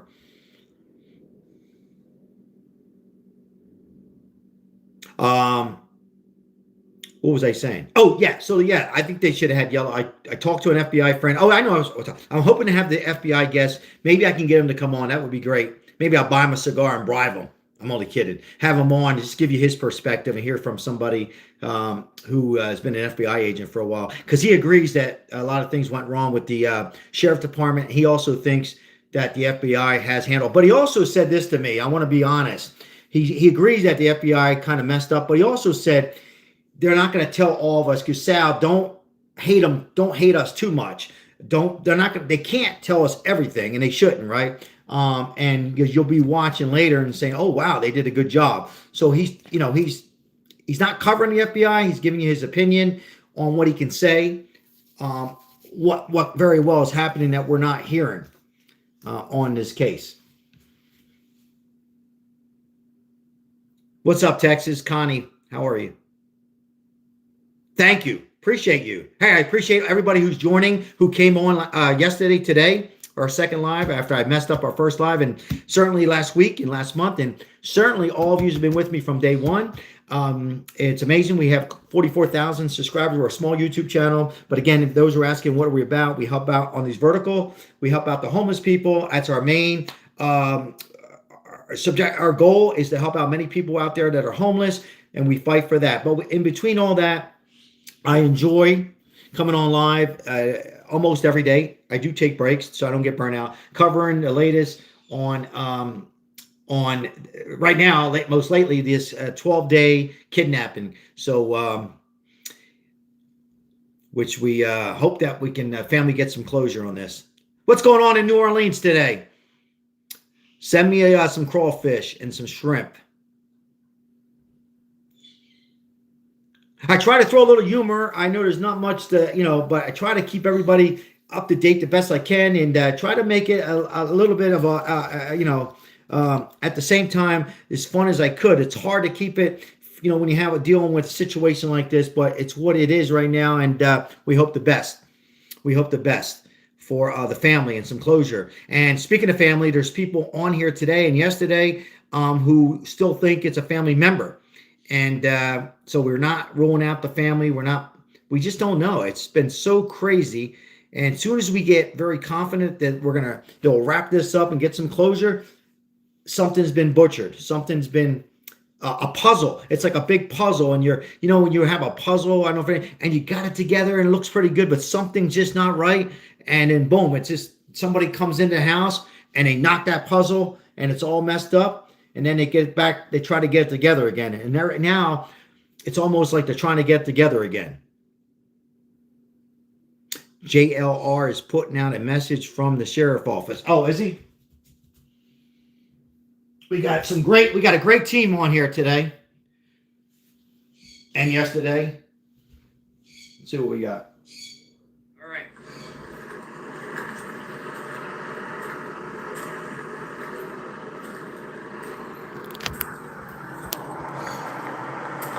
Here we go.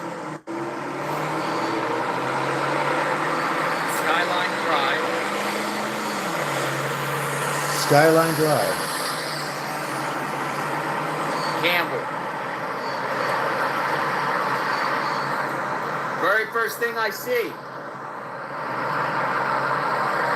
Camera. Cameras. See the cameras? Are they working now? Are those cameras working? CBS? Cameras all over. Yeah, we see them. Cameras. Now I know there's HIPAA laws.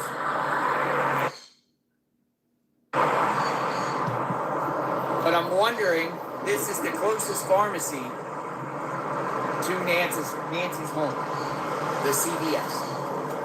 Does she get any of that type of her medications here? Did anyone have access to her medications? Wherever she got her medications, did someone have power of attorney over her to get medications, or an authorized user to get medications? What type of medications did she get? Were there prescription bottles inside the home? And he's right, so JLR, if you haven't subscribed to his channel, he's right there on the ground there in Tucson, Arizona. He's good. I mean, he's right on this. I mean, for those who are confused, she was on medication. She was on heart medication, blood pressure, cholesterol probably, and other medications. So I'm sure they already been in that CVS probably multiple times, though. I would assume they've been in that CVS to the pharmaceutical. And speaking of pharmaceutical, my daughter has, I'm very proud of her. She is now very, very proud, graduated and now working for a pharmacy. But yeah, I would assume that they wanted to throw it out there. I'm very proud. I would assume they went into this nail spa here that he's showing here and the local CVS and all around here, this mini mall or mini shopping center, Starbucks and all that area.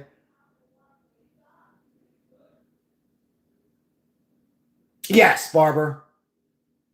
He is on YouTube, and he's been there for about 12, 13 days now.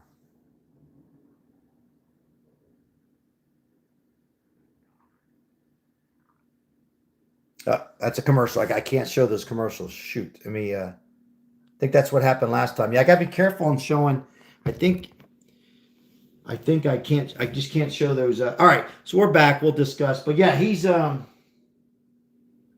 Barber. He's on YouTube. JLR Investigates. Spicy Lady 842.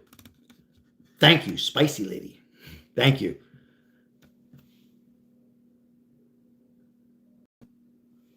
Yeah. All right. So yeah, he's showing us his perspective, and he's doing something again, guys. I'm not just saying it because I think of myself like an independent journalist, covering different situations. We are now 2-3 years away, in my opinion, maybe 4, without any big news out there. The views on like Fox and CNN and CNBC and all these other ones, people want to go on and see one of us and share our perspectives on a live chat, which you can do with them too. No disrespect to any of them, but you like to see a hands down somebody who's given a perspective, whether I'm right, he's right, JLR or anybody else, and whether it's politics or crime scenes in this sad situation, whatever. You just want to get that perspective and move on. Check out that YouTube channel and move on to the other, and have 2 or 3 or 4 or 5 of your favorites and have them all locked in your phone or your laptop and tune in. I think news is going to be in our rear view mirror. I really think news is going to be, there's no more of that Walter Cronkite or anything like that. But back to this topic. So yeah, he's on JR Investigation, and but I would think that the FBI. Detectives have been to that CVS, Starbucks. I don't know why Starbucks, but I'm sure they've been asking.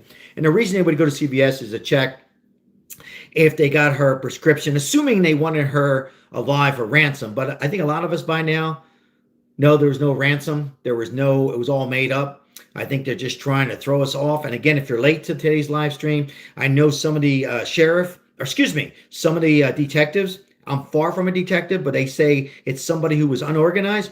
I don't think they were unorganized. I disagree with the detectives, okay? I think they were trying to act. I really do. I think there were some actors. They're going to get caught. but they were just acting. I think they were acting with the plants, trying to cover up the camera. That was acting. Who does that? Who does that? Who would take plants and cover up the camera? I would think of a child or somebody who's mentally disturbed. I guess you could say with Sal, they had to be mentally disturbed to go in and do this woman. No, if somebody's that good on writing letters and organizing TMZ and ransom notes, they're not going to cover up a camera with some flowers and show us how they cover it up. Come on. And then to take a glove, a big, large glove, not this glove, big glove, and then they said throw it out the window? Take the glove. You're driving with a body. Maybe she's alive, maybe she's not. Just throw a glove outside the window within a mile. Heavy Hook, was it a mile and a half? A mile and a half from the crime scene? If you're going to throw it out the window, wouldn't you throw it out the window on another occasion? No, you don't throw any glove out the window. You're taught in your mind, you rehearsed this. I believe this was rehearsed months before, and they are really thoughtful what they're going to do. The only thing that person did when he was driving away, if he did, he took the mask off when he, to see better at night, or maybe he put a pair of glasses on, assuming he was old like me, but to throw a glove out the window, come on, folks, who would do that? Nobody would throw a glove out the window. I don't think. Unless there was another person and somebody said, get rid of the glove. Get rid of the glove. And he throws the glove out. Oh, not now, asshole. Why would you do that? I was only, something like that. But I think we're reading too much into it. I think somebody's playing us. They're playing us to stall. And who knows? Who the hell knows at this point? And if it is one of the family members, did the family member hire a hitman? Did he hire a hit woman? I think it's a man. Did he hire a hitman and the person's real close to the family?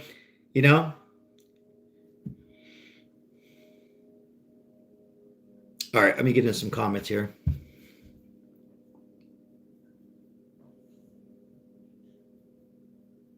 Yeah, I think it's somebody. I still think it's a family member, and they probably hired somebody. 2 people did this, ladies and gentlemen, not one. 2 people. 2 people done this. It was a hitman they hired, and that hitman got paid.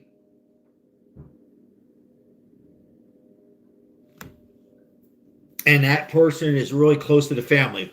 Real close.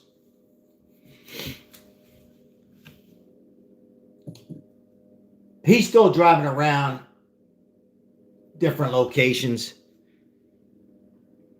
And Fox is on a break. And I gotta very soon get something to eat. And I don't like eating on the live streams. It would all come out on the wash one day. I think someone's playing games with the case. I hope I'm not convincing anybody, but I do. I think so. I heard the family had arguments over money. Yeah, I heard that too. I think a lot of us have heard that on different live streams and news outlets. Arguments happening. But then again, guys, people argue a lot. Doesn't mean people are actually would do something like this. Thank you.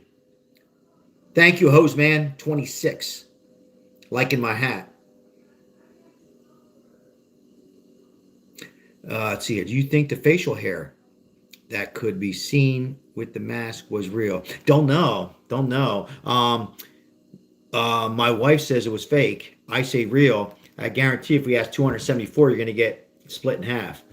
I think it was real, but other people think it's not real. Great question, though. I appreciate that. That's a question that stood out to me. Yeah, good question.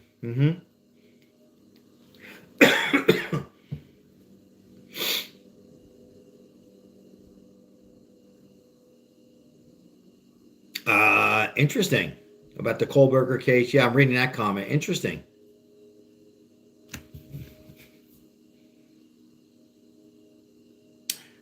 Connie says, I think it was someone that knew her and knew the area. Yeah, Connie. I agree. I think you might. I think a lot of us are correct on that. How long is this going to take? You know, I said last night, I hope it's not a cold case. Oh, what is this? Oh, no, never mind. I was going to show you I'm not. Well, it's the sheriff who really messed up this case. But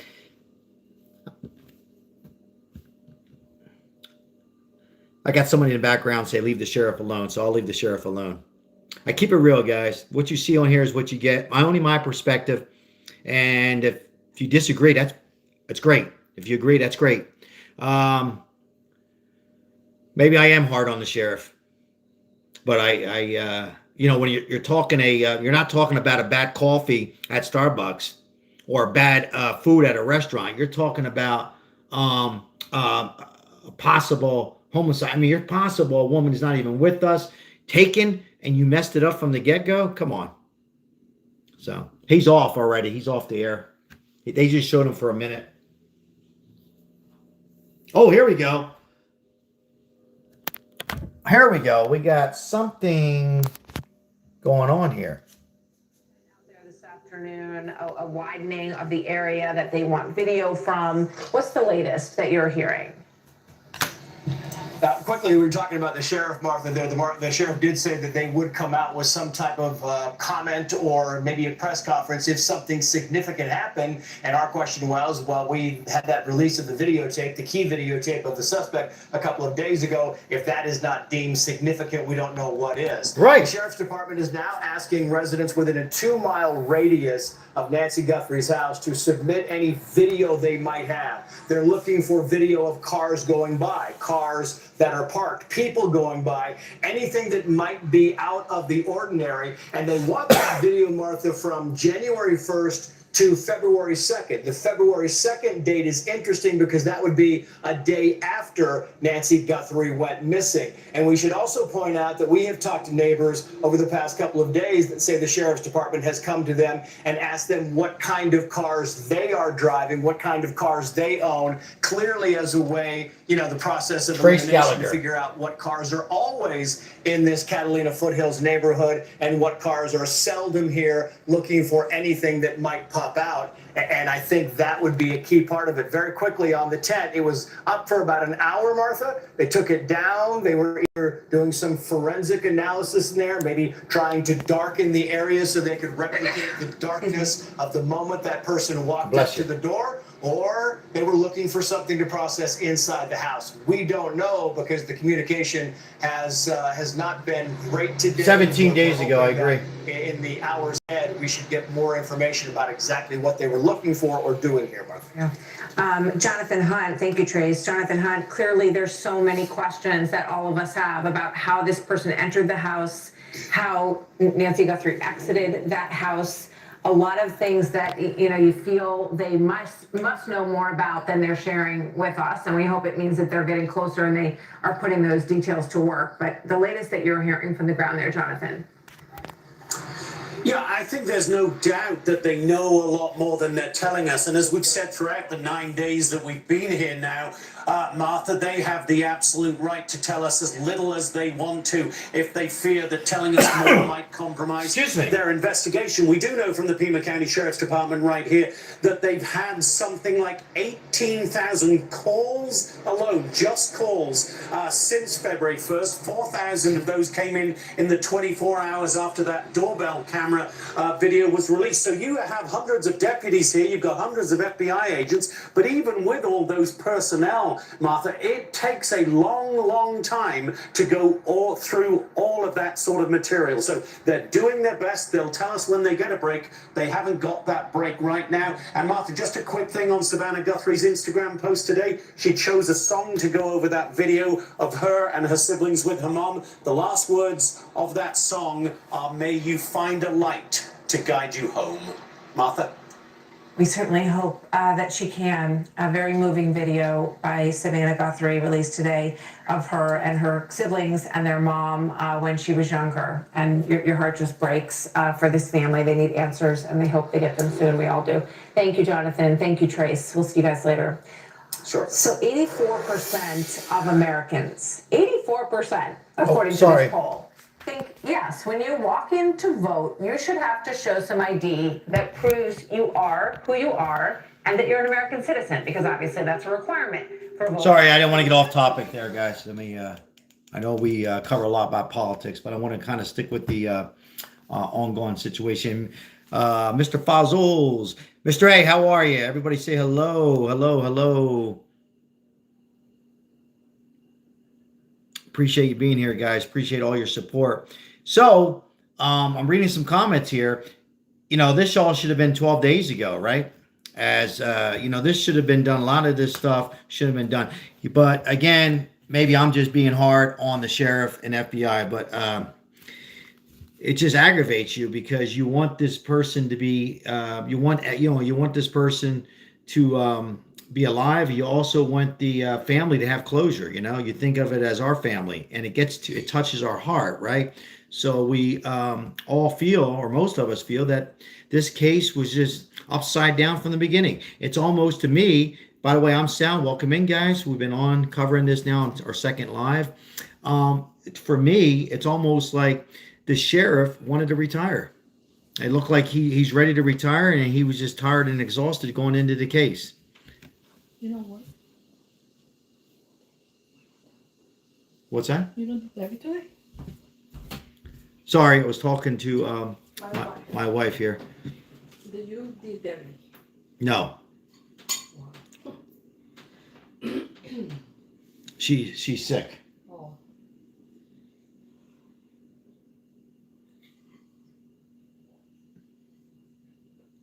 Sorry, I had a question. We're talking privately. So yeah, so that's that, guys. It's been the sheriff looks like he was ready to. It looked like almost like he was exhausted in life, and he is ready to retire. And he got into he fell into this huge case. It's almost like when he opened the door, kidnapping, and then when he found out who it was, Nancy Guthrie, and I think he just was shocked and surprised. And who goes to a Arizona State basketball game on early investigation? I think it's a person should go home, have a beer, support his team that he enjoys, Arizona State, and watch it on TV for an hour or hour and a half, I think college basketball plays for, and then get back on the case, or at least get your team on it. That there is enough, upsets me, and I'll leave that alone right there. And not taping off the whole house, that is, who doesn't do that? And for them not to have security, they did have security and let pizza be delivered. Come on. And to have the media across the street and not move them on the side and say, hey, you're more than welcome to come back, but we need to look for, we need to have our search team here. Can you go down a mile down the street and we'll tell you when to come back? They didn't do that, right? What else went wrong? He was been told by, it was Tomasi, he said the son-in-law, and then later he said family member. I'll give him a pass on that because maybe he was meant to say it. I'll give him a pass on that. Yeah, a lot of things went wrong here, in my opinion. And then as far as the FBI, yes, Kash Patel, who I like, I'm gonna have to call him out a little bit. And guys, that's what I do. I call myself out. To go to this guy Carlos based on an eye color or an AI examination and take everything out of his car and break down his door, and it's the wrong guy. It's almost like a very bad movie with some very bad actors and actress. Horrible. So how can we sit here and say, well, yeah, now I'm confident that the FBI and local detectives will capture these people, these suspects. I still think plural too. And we're going to be like, wow, I didn't see that coming, or we seen this coming. But at this point, they have really broken this puzzle up. We had a puzzle that was putting together, and they just threw it out on the floor. And it's almost like amateur FBI, amateur sheriff, or exhausted sheriff. So we have a sheriff who's old. When I say old in his job, who's burned out, and an FBI is amateur. Sorry, let's call it as it is. Call it as it is.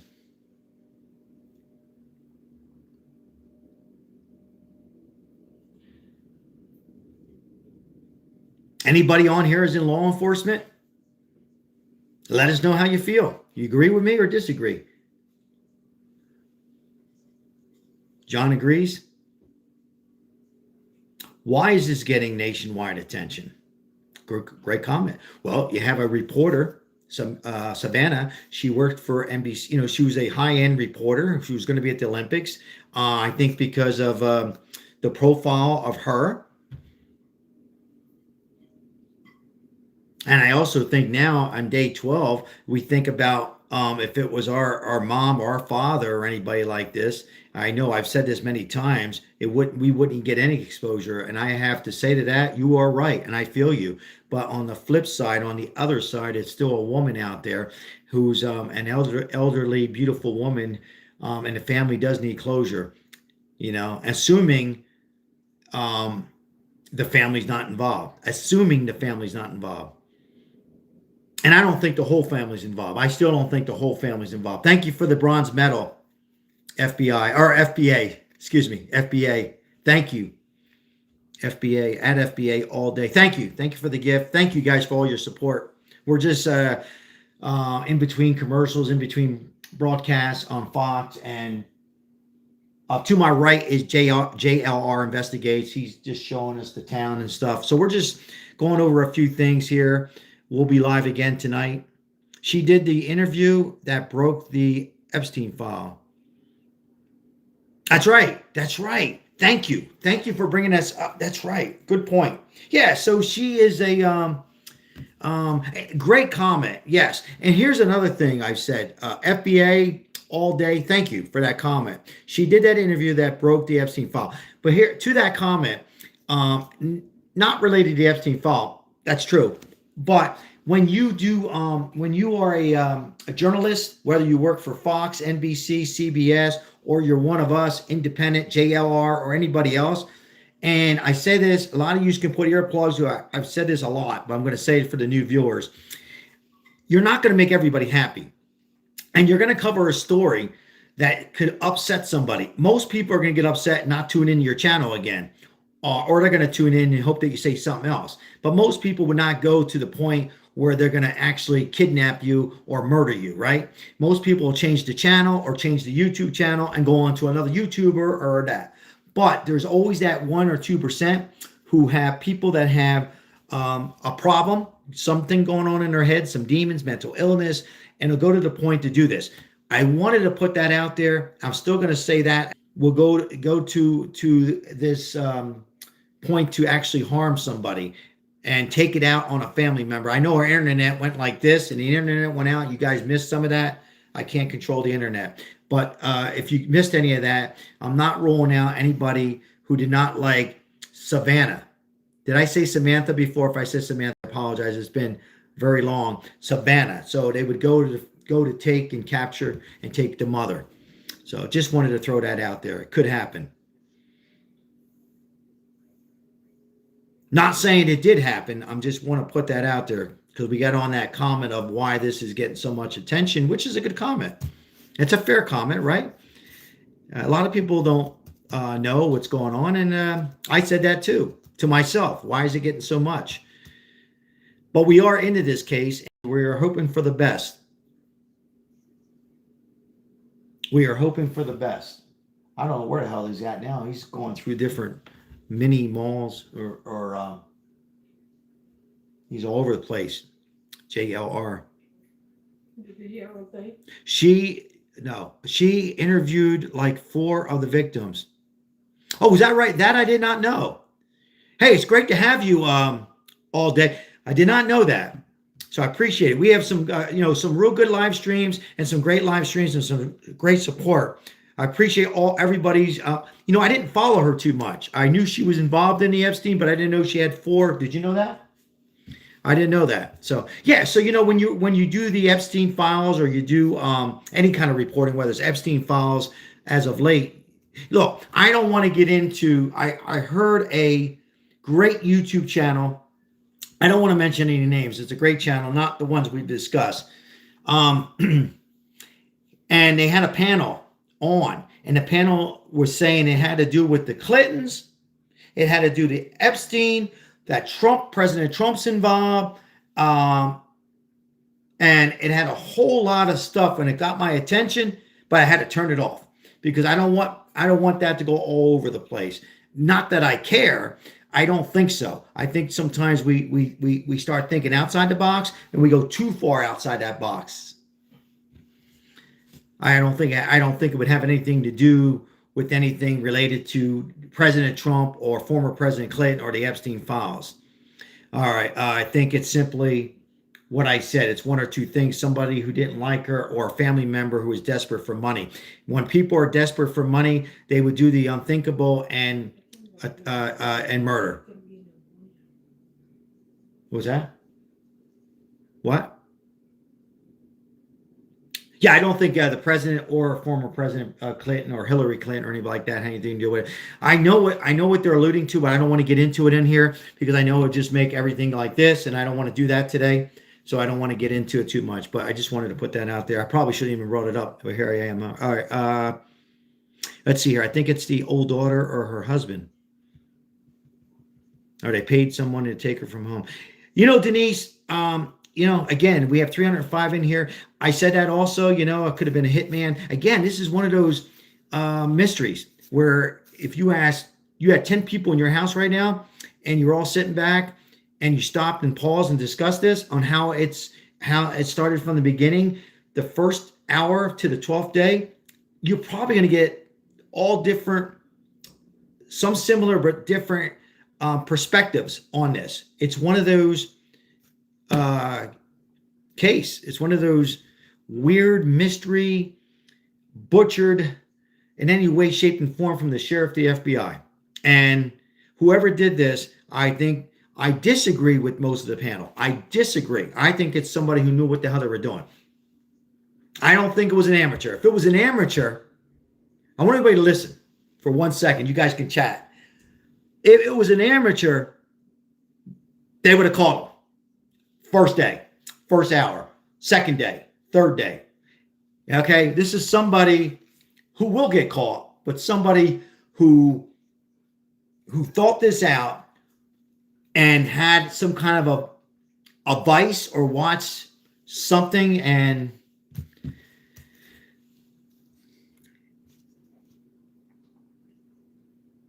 this was definitely thought out. I know they're calling it amateur because of the flowers and mistakes and the glove and thrown out, but no, these were somebody knew what the hell they were doing, in my opinion. What's up, Bama? But they will get caught. Everybody gets caught. It might take some time, but they're going to get caught. Let's see here. Read some comments here. Inside job. It was her sister and her husband. Appreciate you guys being here. Teresa Brown, 7953. Welcome in.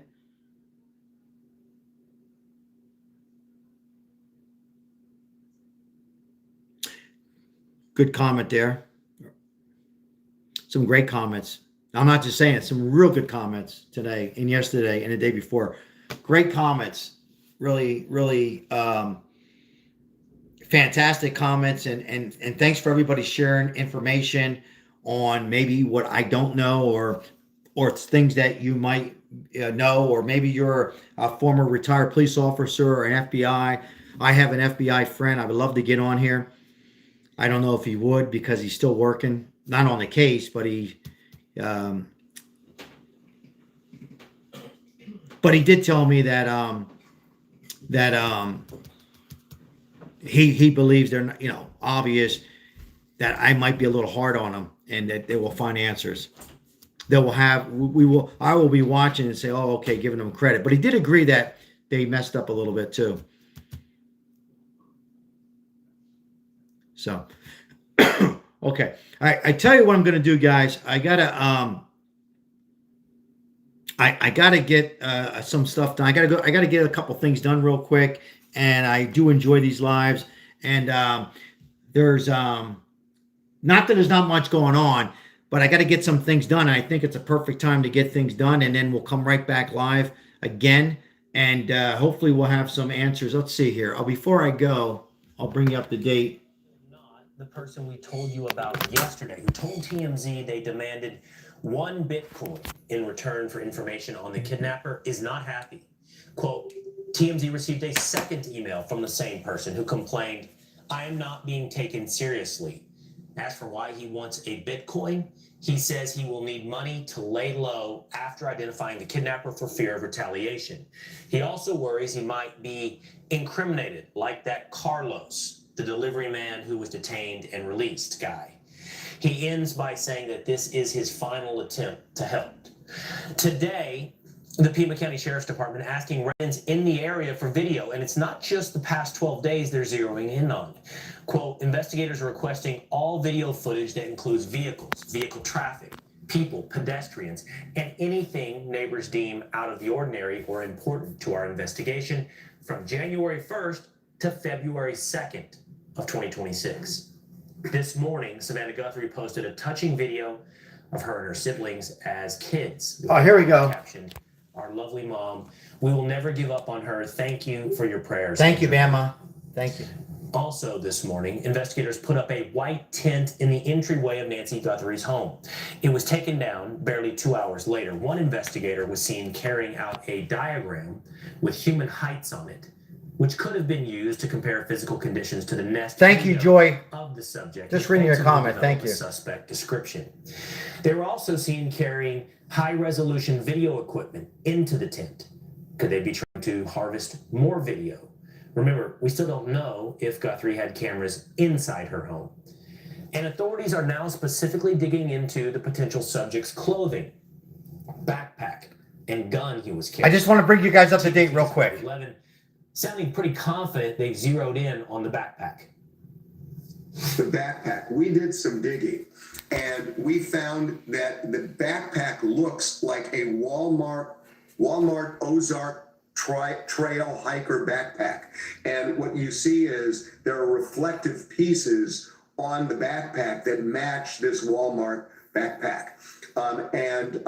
One of the television stations in Tucson, KOLD, said today that, late today, that indeed the law enforcement believes it is that Walmart backpack that the person was wearing. Quick recap of the last 12 days. Nancy Guthrie was reported missing on February. All right, listen in, guys. And the first alleged ransom note came the next day. The blood in the infrared was found on the 3rd. And by February 4th, the family had put out its first Instagram plea to the alleged abductor. Sorry. February 5th was the apparent first ransom deadline, which prompted a video from Cameron Guthrie directed at the alleged kidnapper. An apparent response came the next day, reportedly not including the proof of life the family was looking for. Still, they released a third video the next day saying the message was received. The second and final ransom deadline came last Friday at 5 p.m. when Savannah made her first on-camera appeal to the public for help finding her mother. Tuesday, we got the Nest Cam video, leading to a flurry of tips and activity, and that flashback video we showed you from Savannah posted this morning. And it's been one whole week since we've seen the Pima County Sheriff at the podium for a press conference. A few basic things we didn't know then, we still don't know now. Who drove Nancy home? Looking reports about who was the last person to actually see Nancy and drive her home. We know Crystal. that she took an Uber to Annie's house, but can you confirm whether it was Annie or her son-in-law Tom also who took her home that night? I think the timeline that the sheriff provided was a family member, but just family. We're going to go with family. Were there signs of forced entry? Someone had mentioned there was forced entry. I have no clue where that comes from. We have been very consistent. We are not discussing that at all. Whether it's forced entry or not forced entry, that is something we're just not discussing. So I don't know where anybody got that information. Although it's been a week since he held a press conference, the sheriff is still popping up in local media here and there, telling KOLD yesterday that more detainments are likely. A Fox News correspondent, Alicia Cunha, is outside Nancy Guthrie's home, where she has the latest. Alicia. Hi, Willie. Investigators appear to be casting yet another wide net. Just a few hours ago, the Pima County Sheriff's Department sent an alert to Ring and Neighbor apps alerting folks who live around here that they need their help. And the Sheriff's Department did provide a copy to us. I can read you a quote from it. It reads in part, "We are requesting all video footage that includes vehicles, vehicle traffic, people, pedestrians, and anything you deem out of the ordinary or important to our investigation from January 1st, 2026 through February 2nd, 2026, which is 2 days after anyone saw Nancy Guthrie." The message includes a map of where they want this footage from and what neighborhoods received it. It's a 2-mile radius around Nancy Guthrie's property. This morning, investigators put this white tent up around Nancy's front door area. They were on site for about an hour. A lot of activity going in and out of the tent. One FBI expert told Fox Digital they recognized forensic equipment being used. And if you look closely here, you mentioned this, one of our team members zoomed in to grab this photo. You can see an investigator carrying what looks like a height chart. All of this comes on the heels of the FBI releasing that Nest Cam footage and images 2 days ago of this individual at Nancy's front door. Investigators now able to get a better idea of how tall this person is to narrow in on any potential suspects. And around 2 o'clock this morning, the sheriff's forensics team was searching in the brush not far from this house. So while we have a lot of activity on the ground, it's not slowing down. Things are continuing to move, but still no sign of Nancy Guthrie, no suspect's name, and no persons of interest. Will? All right, thank you, Alicia Coonan. Joining me now is international private investigator Jay Armish III and forensic psychologist Dr. John De La Torre. Thank you both for being with us here today. Jay, I feel there is conflicting messages, or at least I am conflicted in reading the messages coming from local law enforcement and the FBI. On one hand, there is this sense that they are zeroing in. There's forward deployment of HRT, of SWAT. There is some sense that they have leads that might be pointing them in some very limited directions. On the other hand, they're canvassing video from a month and a half long period, suggesting that the investigation is still wide open. So the fact that they've mobilized their HRT team, which is the team that would affect the arrest of the perpetrator, tells me that they are starting to. Lenore, thank you. Lenore Williams, appreciate the gift. And they want the team in Thank place you, my friend. so that the team can be dispatched and react on a moment's notice. But why then would you need to go back and look for neighbor video over a month and a half long period from the beginning of January to the date of the crime? Because the investigation is still an active investigation, and they're looking for any clues. I said from the very beginning that I believe that this individual conducted some sort of surveillance prior to the date of the crime, which means typically they'll do a drive-through of the neighborhood, several days before, several weeks before. They'll go there multiple times, frequently trying to. I agree 100,000% with this man. And the quickest way to get out. I'm still, Doctor, I will bring you into the conversation. With the doctor, On one hand, sorry. law enforcement is guarding information fairly closely to the that's the vest. They're doctor. not sharing things with the public. That's become eminently clear. On the other hand, they're turning to the public for help for more information. Again, putting us in this position of, are you zeroing in? Is that why you're withholding information? You don't want to compromise the investigation? Or are you at a place where you're really asking, hey, we don't have it here. We need you, the public. Well, yeah, I think it's about narrowing it down. I think there's so much chaos. There's so much noise being brought into this investigation, whether or not ransom notes are real, whether or not people detained are actually involved in the crime or just somehow ancillary involved. I think they're trying to focus, they're trying to tune out all the noise and try to figure out where exactly is the next step in this investigation. Where's the next piece that needs to be laid down in order to finalize and get Nancy Guthrie back?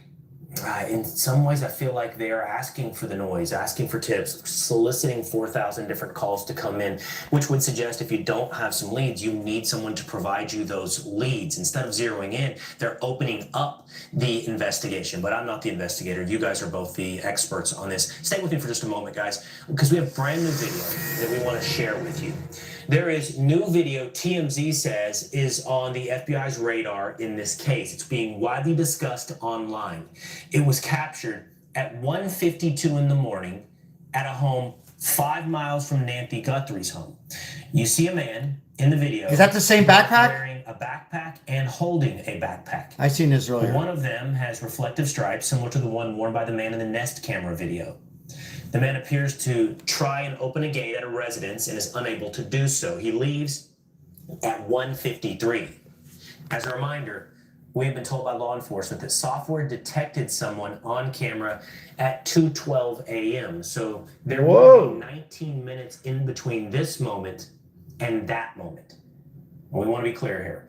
The person in this video is not a suspect or subject in any way at this time. Yeah, I want to say that He's out there, too he's getting a for lot my of attention. channel. So we wanted to address it, and Just it is listening being in. considered by the FBI. All right, let's turn back now to Jay Armis. So I'm trying to add together the timeline. Is that the This backpack? 5 miles away. Is that the from same backpack? Nancy's residence at 1:50. What did we say? 1:53. So 1:52 a.m. And we need to put that into the timeline. Oh, yeah, When two, we see two. Video. Two. from Good Nancy's Nest camera footage. Great which I believe eye. we just stated was at 2:12. Previously, there had been some discussion about 1:47 a.m.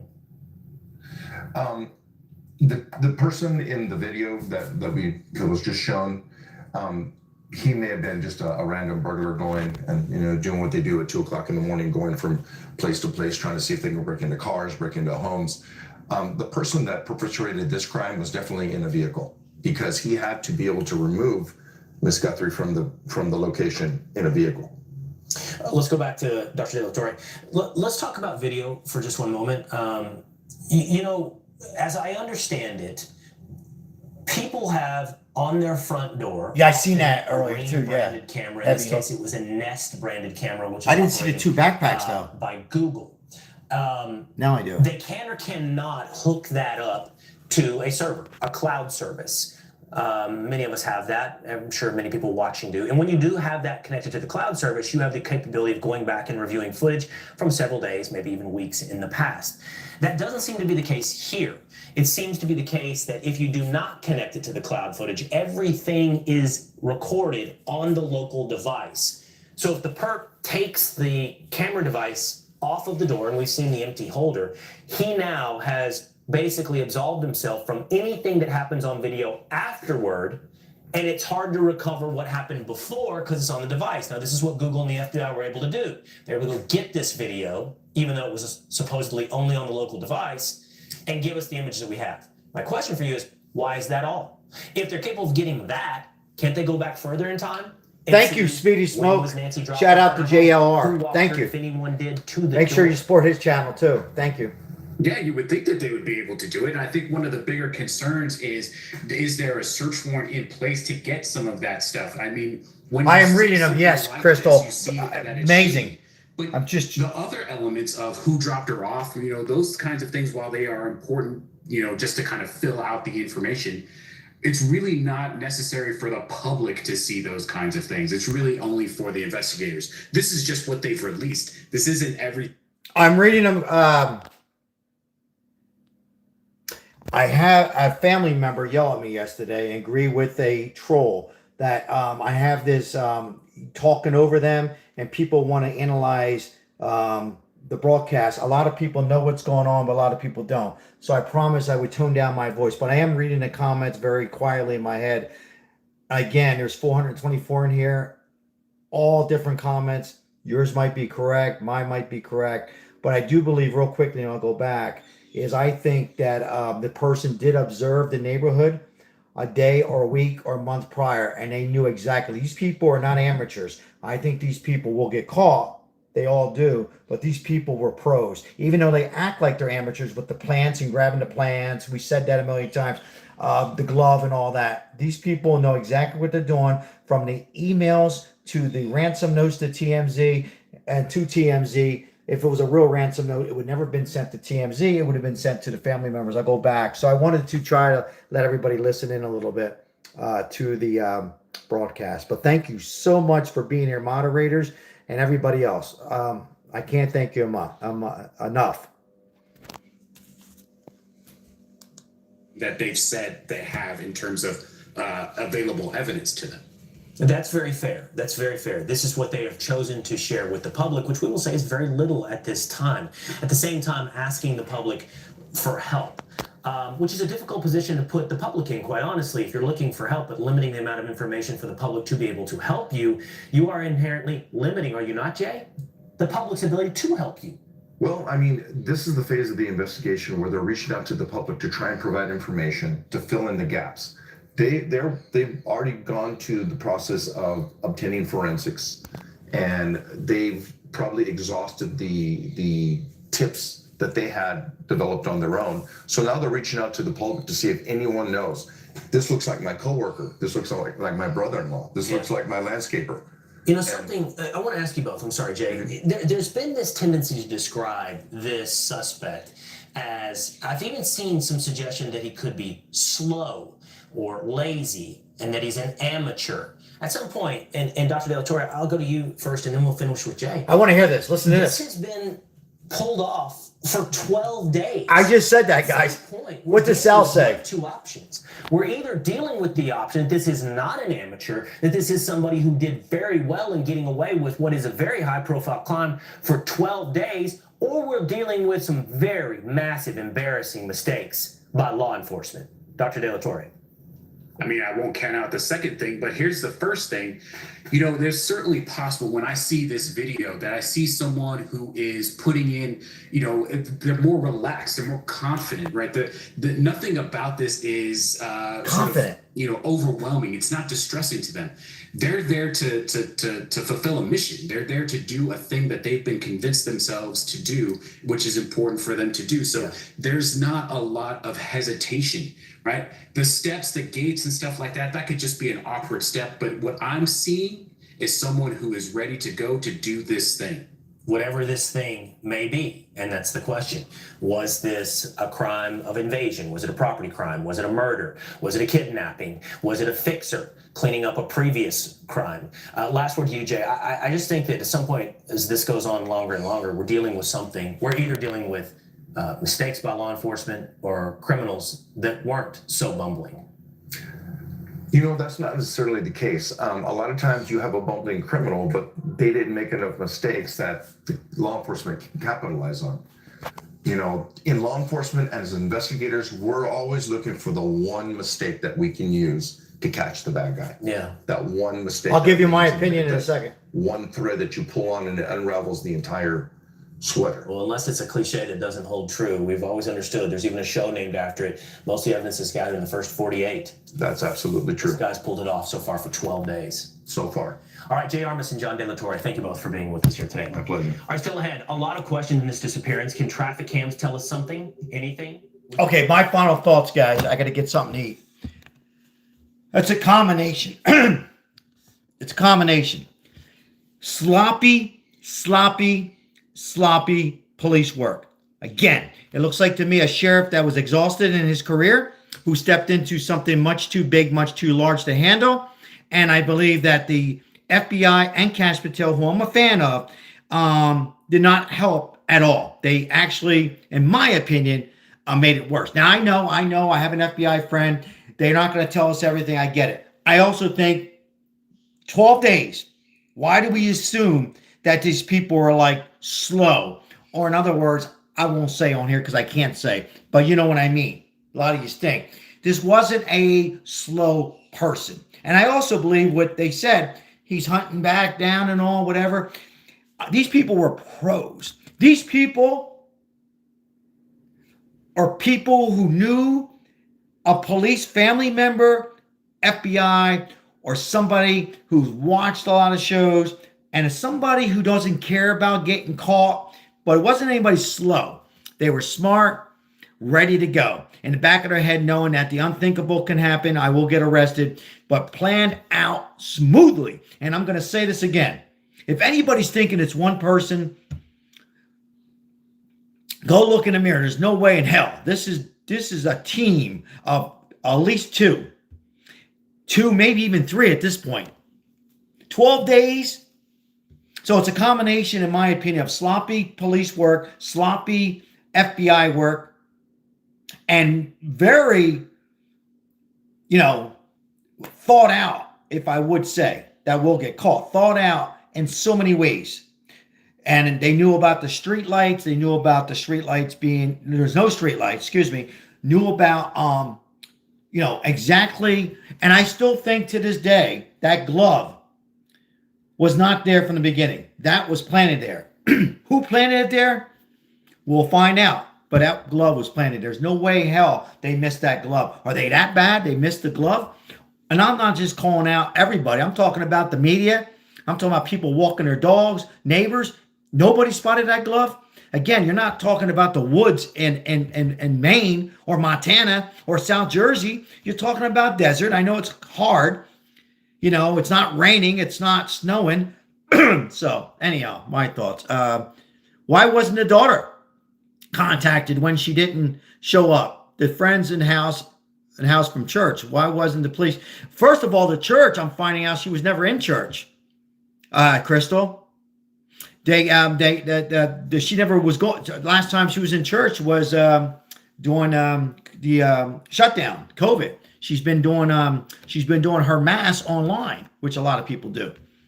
So, Samuel, how are you? So it's a combination of bad police work and people that knew, who've been working on a situation for weeks, if not months. I also feel that this person who did it doesn't care, meaning maybe a sick person. When I say sick, not just sick here. Obvious the person has some mental problems, but I'm also saying maybe a person who's possibly been diagnosed with something. Somebody doesn't care. And again, I look at the family members. I look at them. I don't let the family members off the hook. Not even Savannah. And for those who are going to come in and say, how could you say that? All suspects, I don't think it's Savannah. I'm just saying, I'm sure they're continuing looking at all. But there is another thing.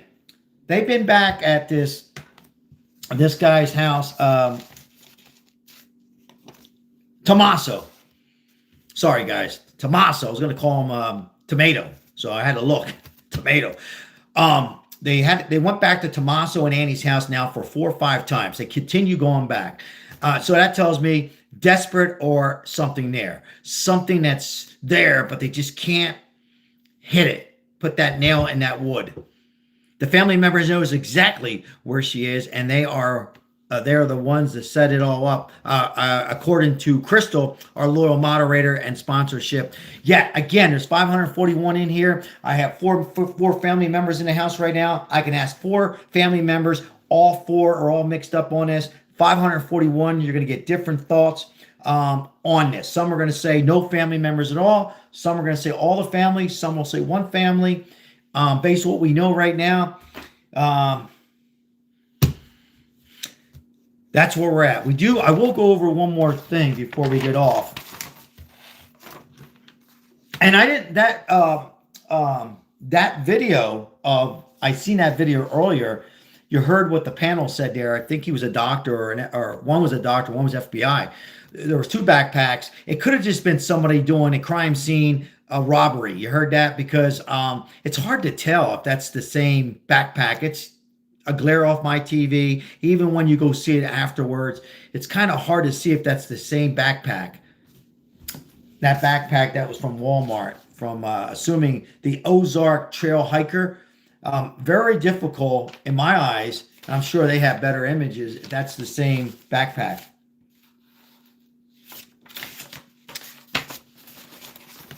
So yeah, for those real quickly, maybe came on late, what do we have right now? Well, we have a possible DNA from the glove. Maybe that glove will be put together, analyzed with the blood outside Nancy Guthrie's home, and they'll analyze that, which they probably have done. 12 desperate search for Nancy Guthrie. You have YouTube independent journalists all out there looking at different locations, and I don't see any FBI doing that. Maybe they have. Maybe I'm being very hard on the FBI.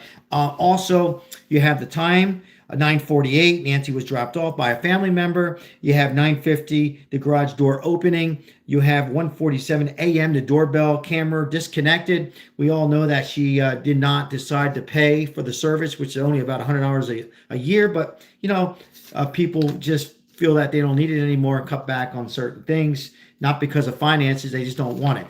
But we do know that we're finding out, hopefully there'll be some voice that we can hear.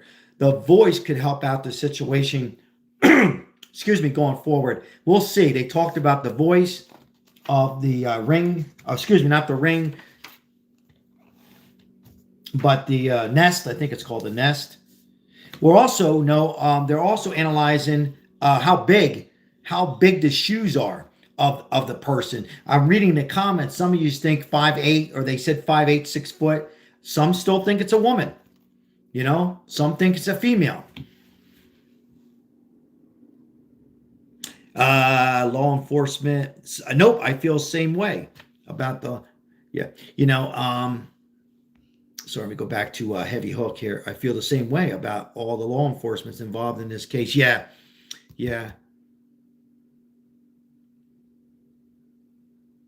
And also, I wouldn't be surprised that the person or the people who did this, they're not watching some of these YouTube channels. They might be watching this one. They might be watching JLR. They might be watching the news. They might be watching. They might be watching to see. Hard to me to believe, though. How the hell can they not find out where these ransom notes are coming from? How the hell in 12 days they can't find out? Come on. Are you kidding me? I think most of us already would have found it out if we were on this case and allowed to be on this case. Obviously, we can't. Doesn't make sense that they can't get a location. I'm not saying the exact location, but a location. But then again, maybe a lot of you can, I'll call you out. I'll call myself. Then again, maybe they have the location, but they can't say it, which is Annie and Tommaso. So maybe that's the location.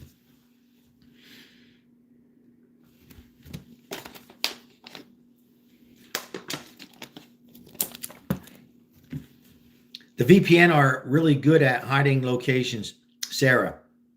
It's what I'm told. I don't know a whole lot about VPNs. I know about IP addresses could be changed, and we know how hackers work and this, that, whatever. You would think, though, all our brain power out there, our next generation, they'd be able to be a little bit more. I mean, we work so hard with AI and eyes and all that. We can't somehow or another get that VPN or IP. It doesn't. It feels like it's a bad movie. One of those movies when you can't sleep at night, you turn on Prime or Netflix, you see a 2-star movie, a 3-star, you decide to watch it because there's nothing else. You've seen everything. You put it on, and it's horrible. And this is what it is, horrible. Horrible in a sense, mistakes and more mistakes. Why isn't the family showing emotions, Vance? I think they're showing emotions, Vance. I think I've seen emotions. My opinion, again, some of you could might agree with Vance. I think they showed emotions, or at least they're good act. I mean, I think Savannah showed emotion. What I can feel and see, I think she's been. But I think they showed emotion. I think Savannah has showed emotions. Yeah, Liz, even Annie, you could see emotions, you can see everybody. Look, guys, it's a shock assuming it's not the sisters, assuming it's not the brother. Imagine your mom, 84. She's not in terrible health. She had a pacemaker. My mom had a pacemaker. She's not the best of health, but you expect she's going to be around another 10 years, right? You have dinner. Assuming they didn't do it, it's a shock. I mean, think about it, guys. It's a shock. You see her, and then you hear about this kidnapping, and it just gets worse and worse. It's very hard to sleep. And I would suggest if they're listening to this, to try to get sleep. I know it's easier said than done, but if you don't get sleep and take care of yourself, it's not going to be good for your health and your family now. So you got to get some sleep. I would highly recommend that they get some sleep and make sure they take care of themselves with water and eat and that kind of stuff. But it's a shock, and everybody handles different things, on deaths. I've seen it. You guys have seen it with your family. People handle things different. I've seen family members of mine pass away and they have a drink and they don't show any emotion till 10 years later. So, but I think they showed emotions. Now, the son-in-law, you don't hear about too much. Tommaso.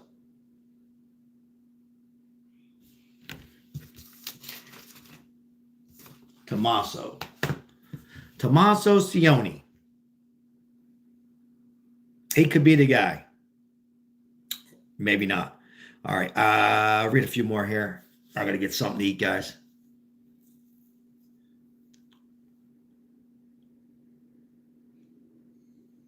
Hey, once again, guys, thank you for all your support. Appreciate you guys popping on. At the end of the day, we do help out the homeless on this channel, so support. Not now, not tonight, whenever you guys get a chance in between these videos. I would appreciate it on behalf of me and my wife and everybody, the moderators on here. We continue to fight homelessness here in the Las Vegas metropolitan area. Also, we help out as much as we can back east in New Jersey, soon to come in other states. And we appreciate all your support and supporting the short video clips when you get a chance.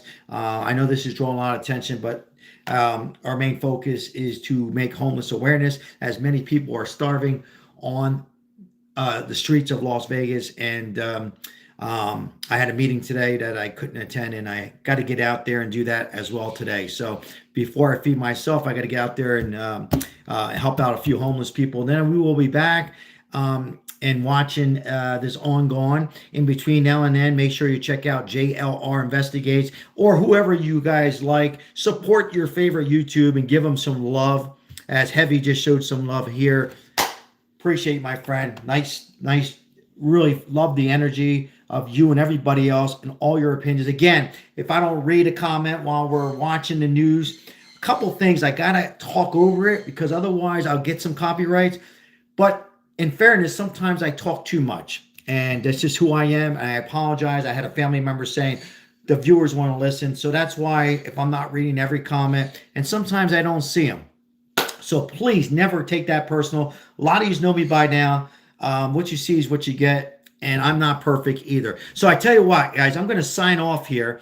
Thank you so much. Not much more we haven't discussed. It was great to hear some different panels, and I will be back. If you're not watching anybody else or you're not busy, make sure you guys get some rest too. I know you're all hands-on on this. Take care of yourself. Make sure you have you eat something. Take care of yourself. Be careful with spending too much time online too.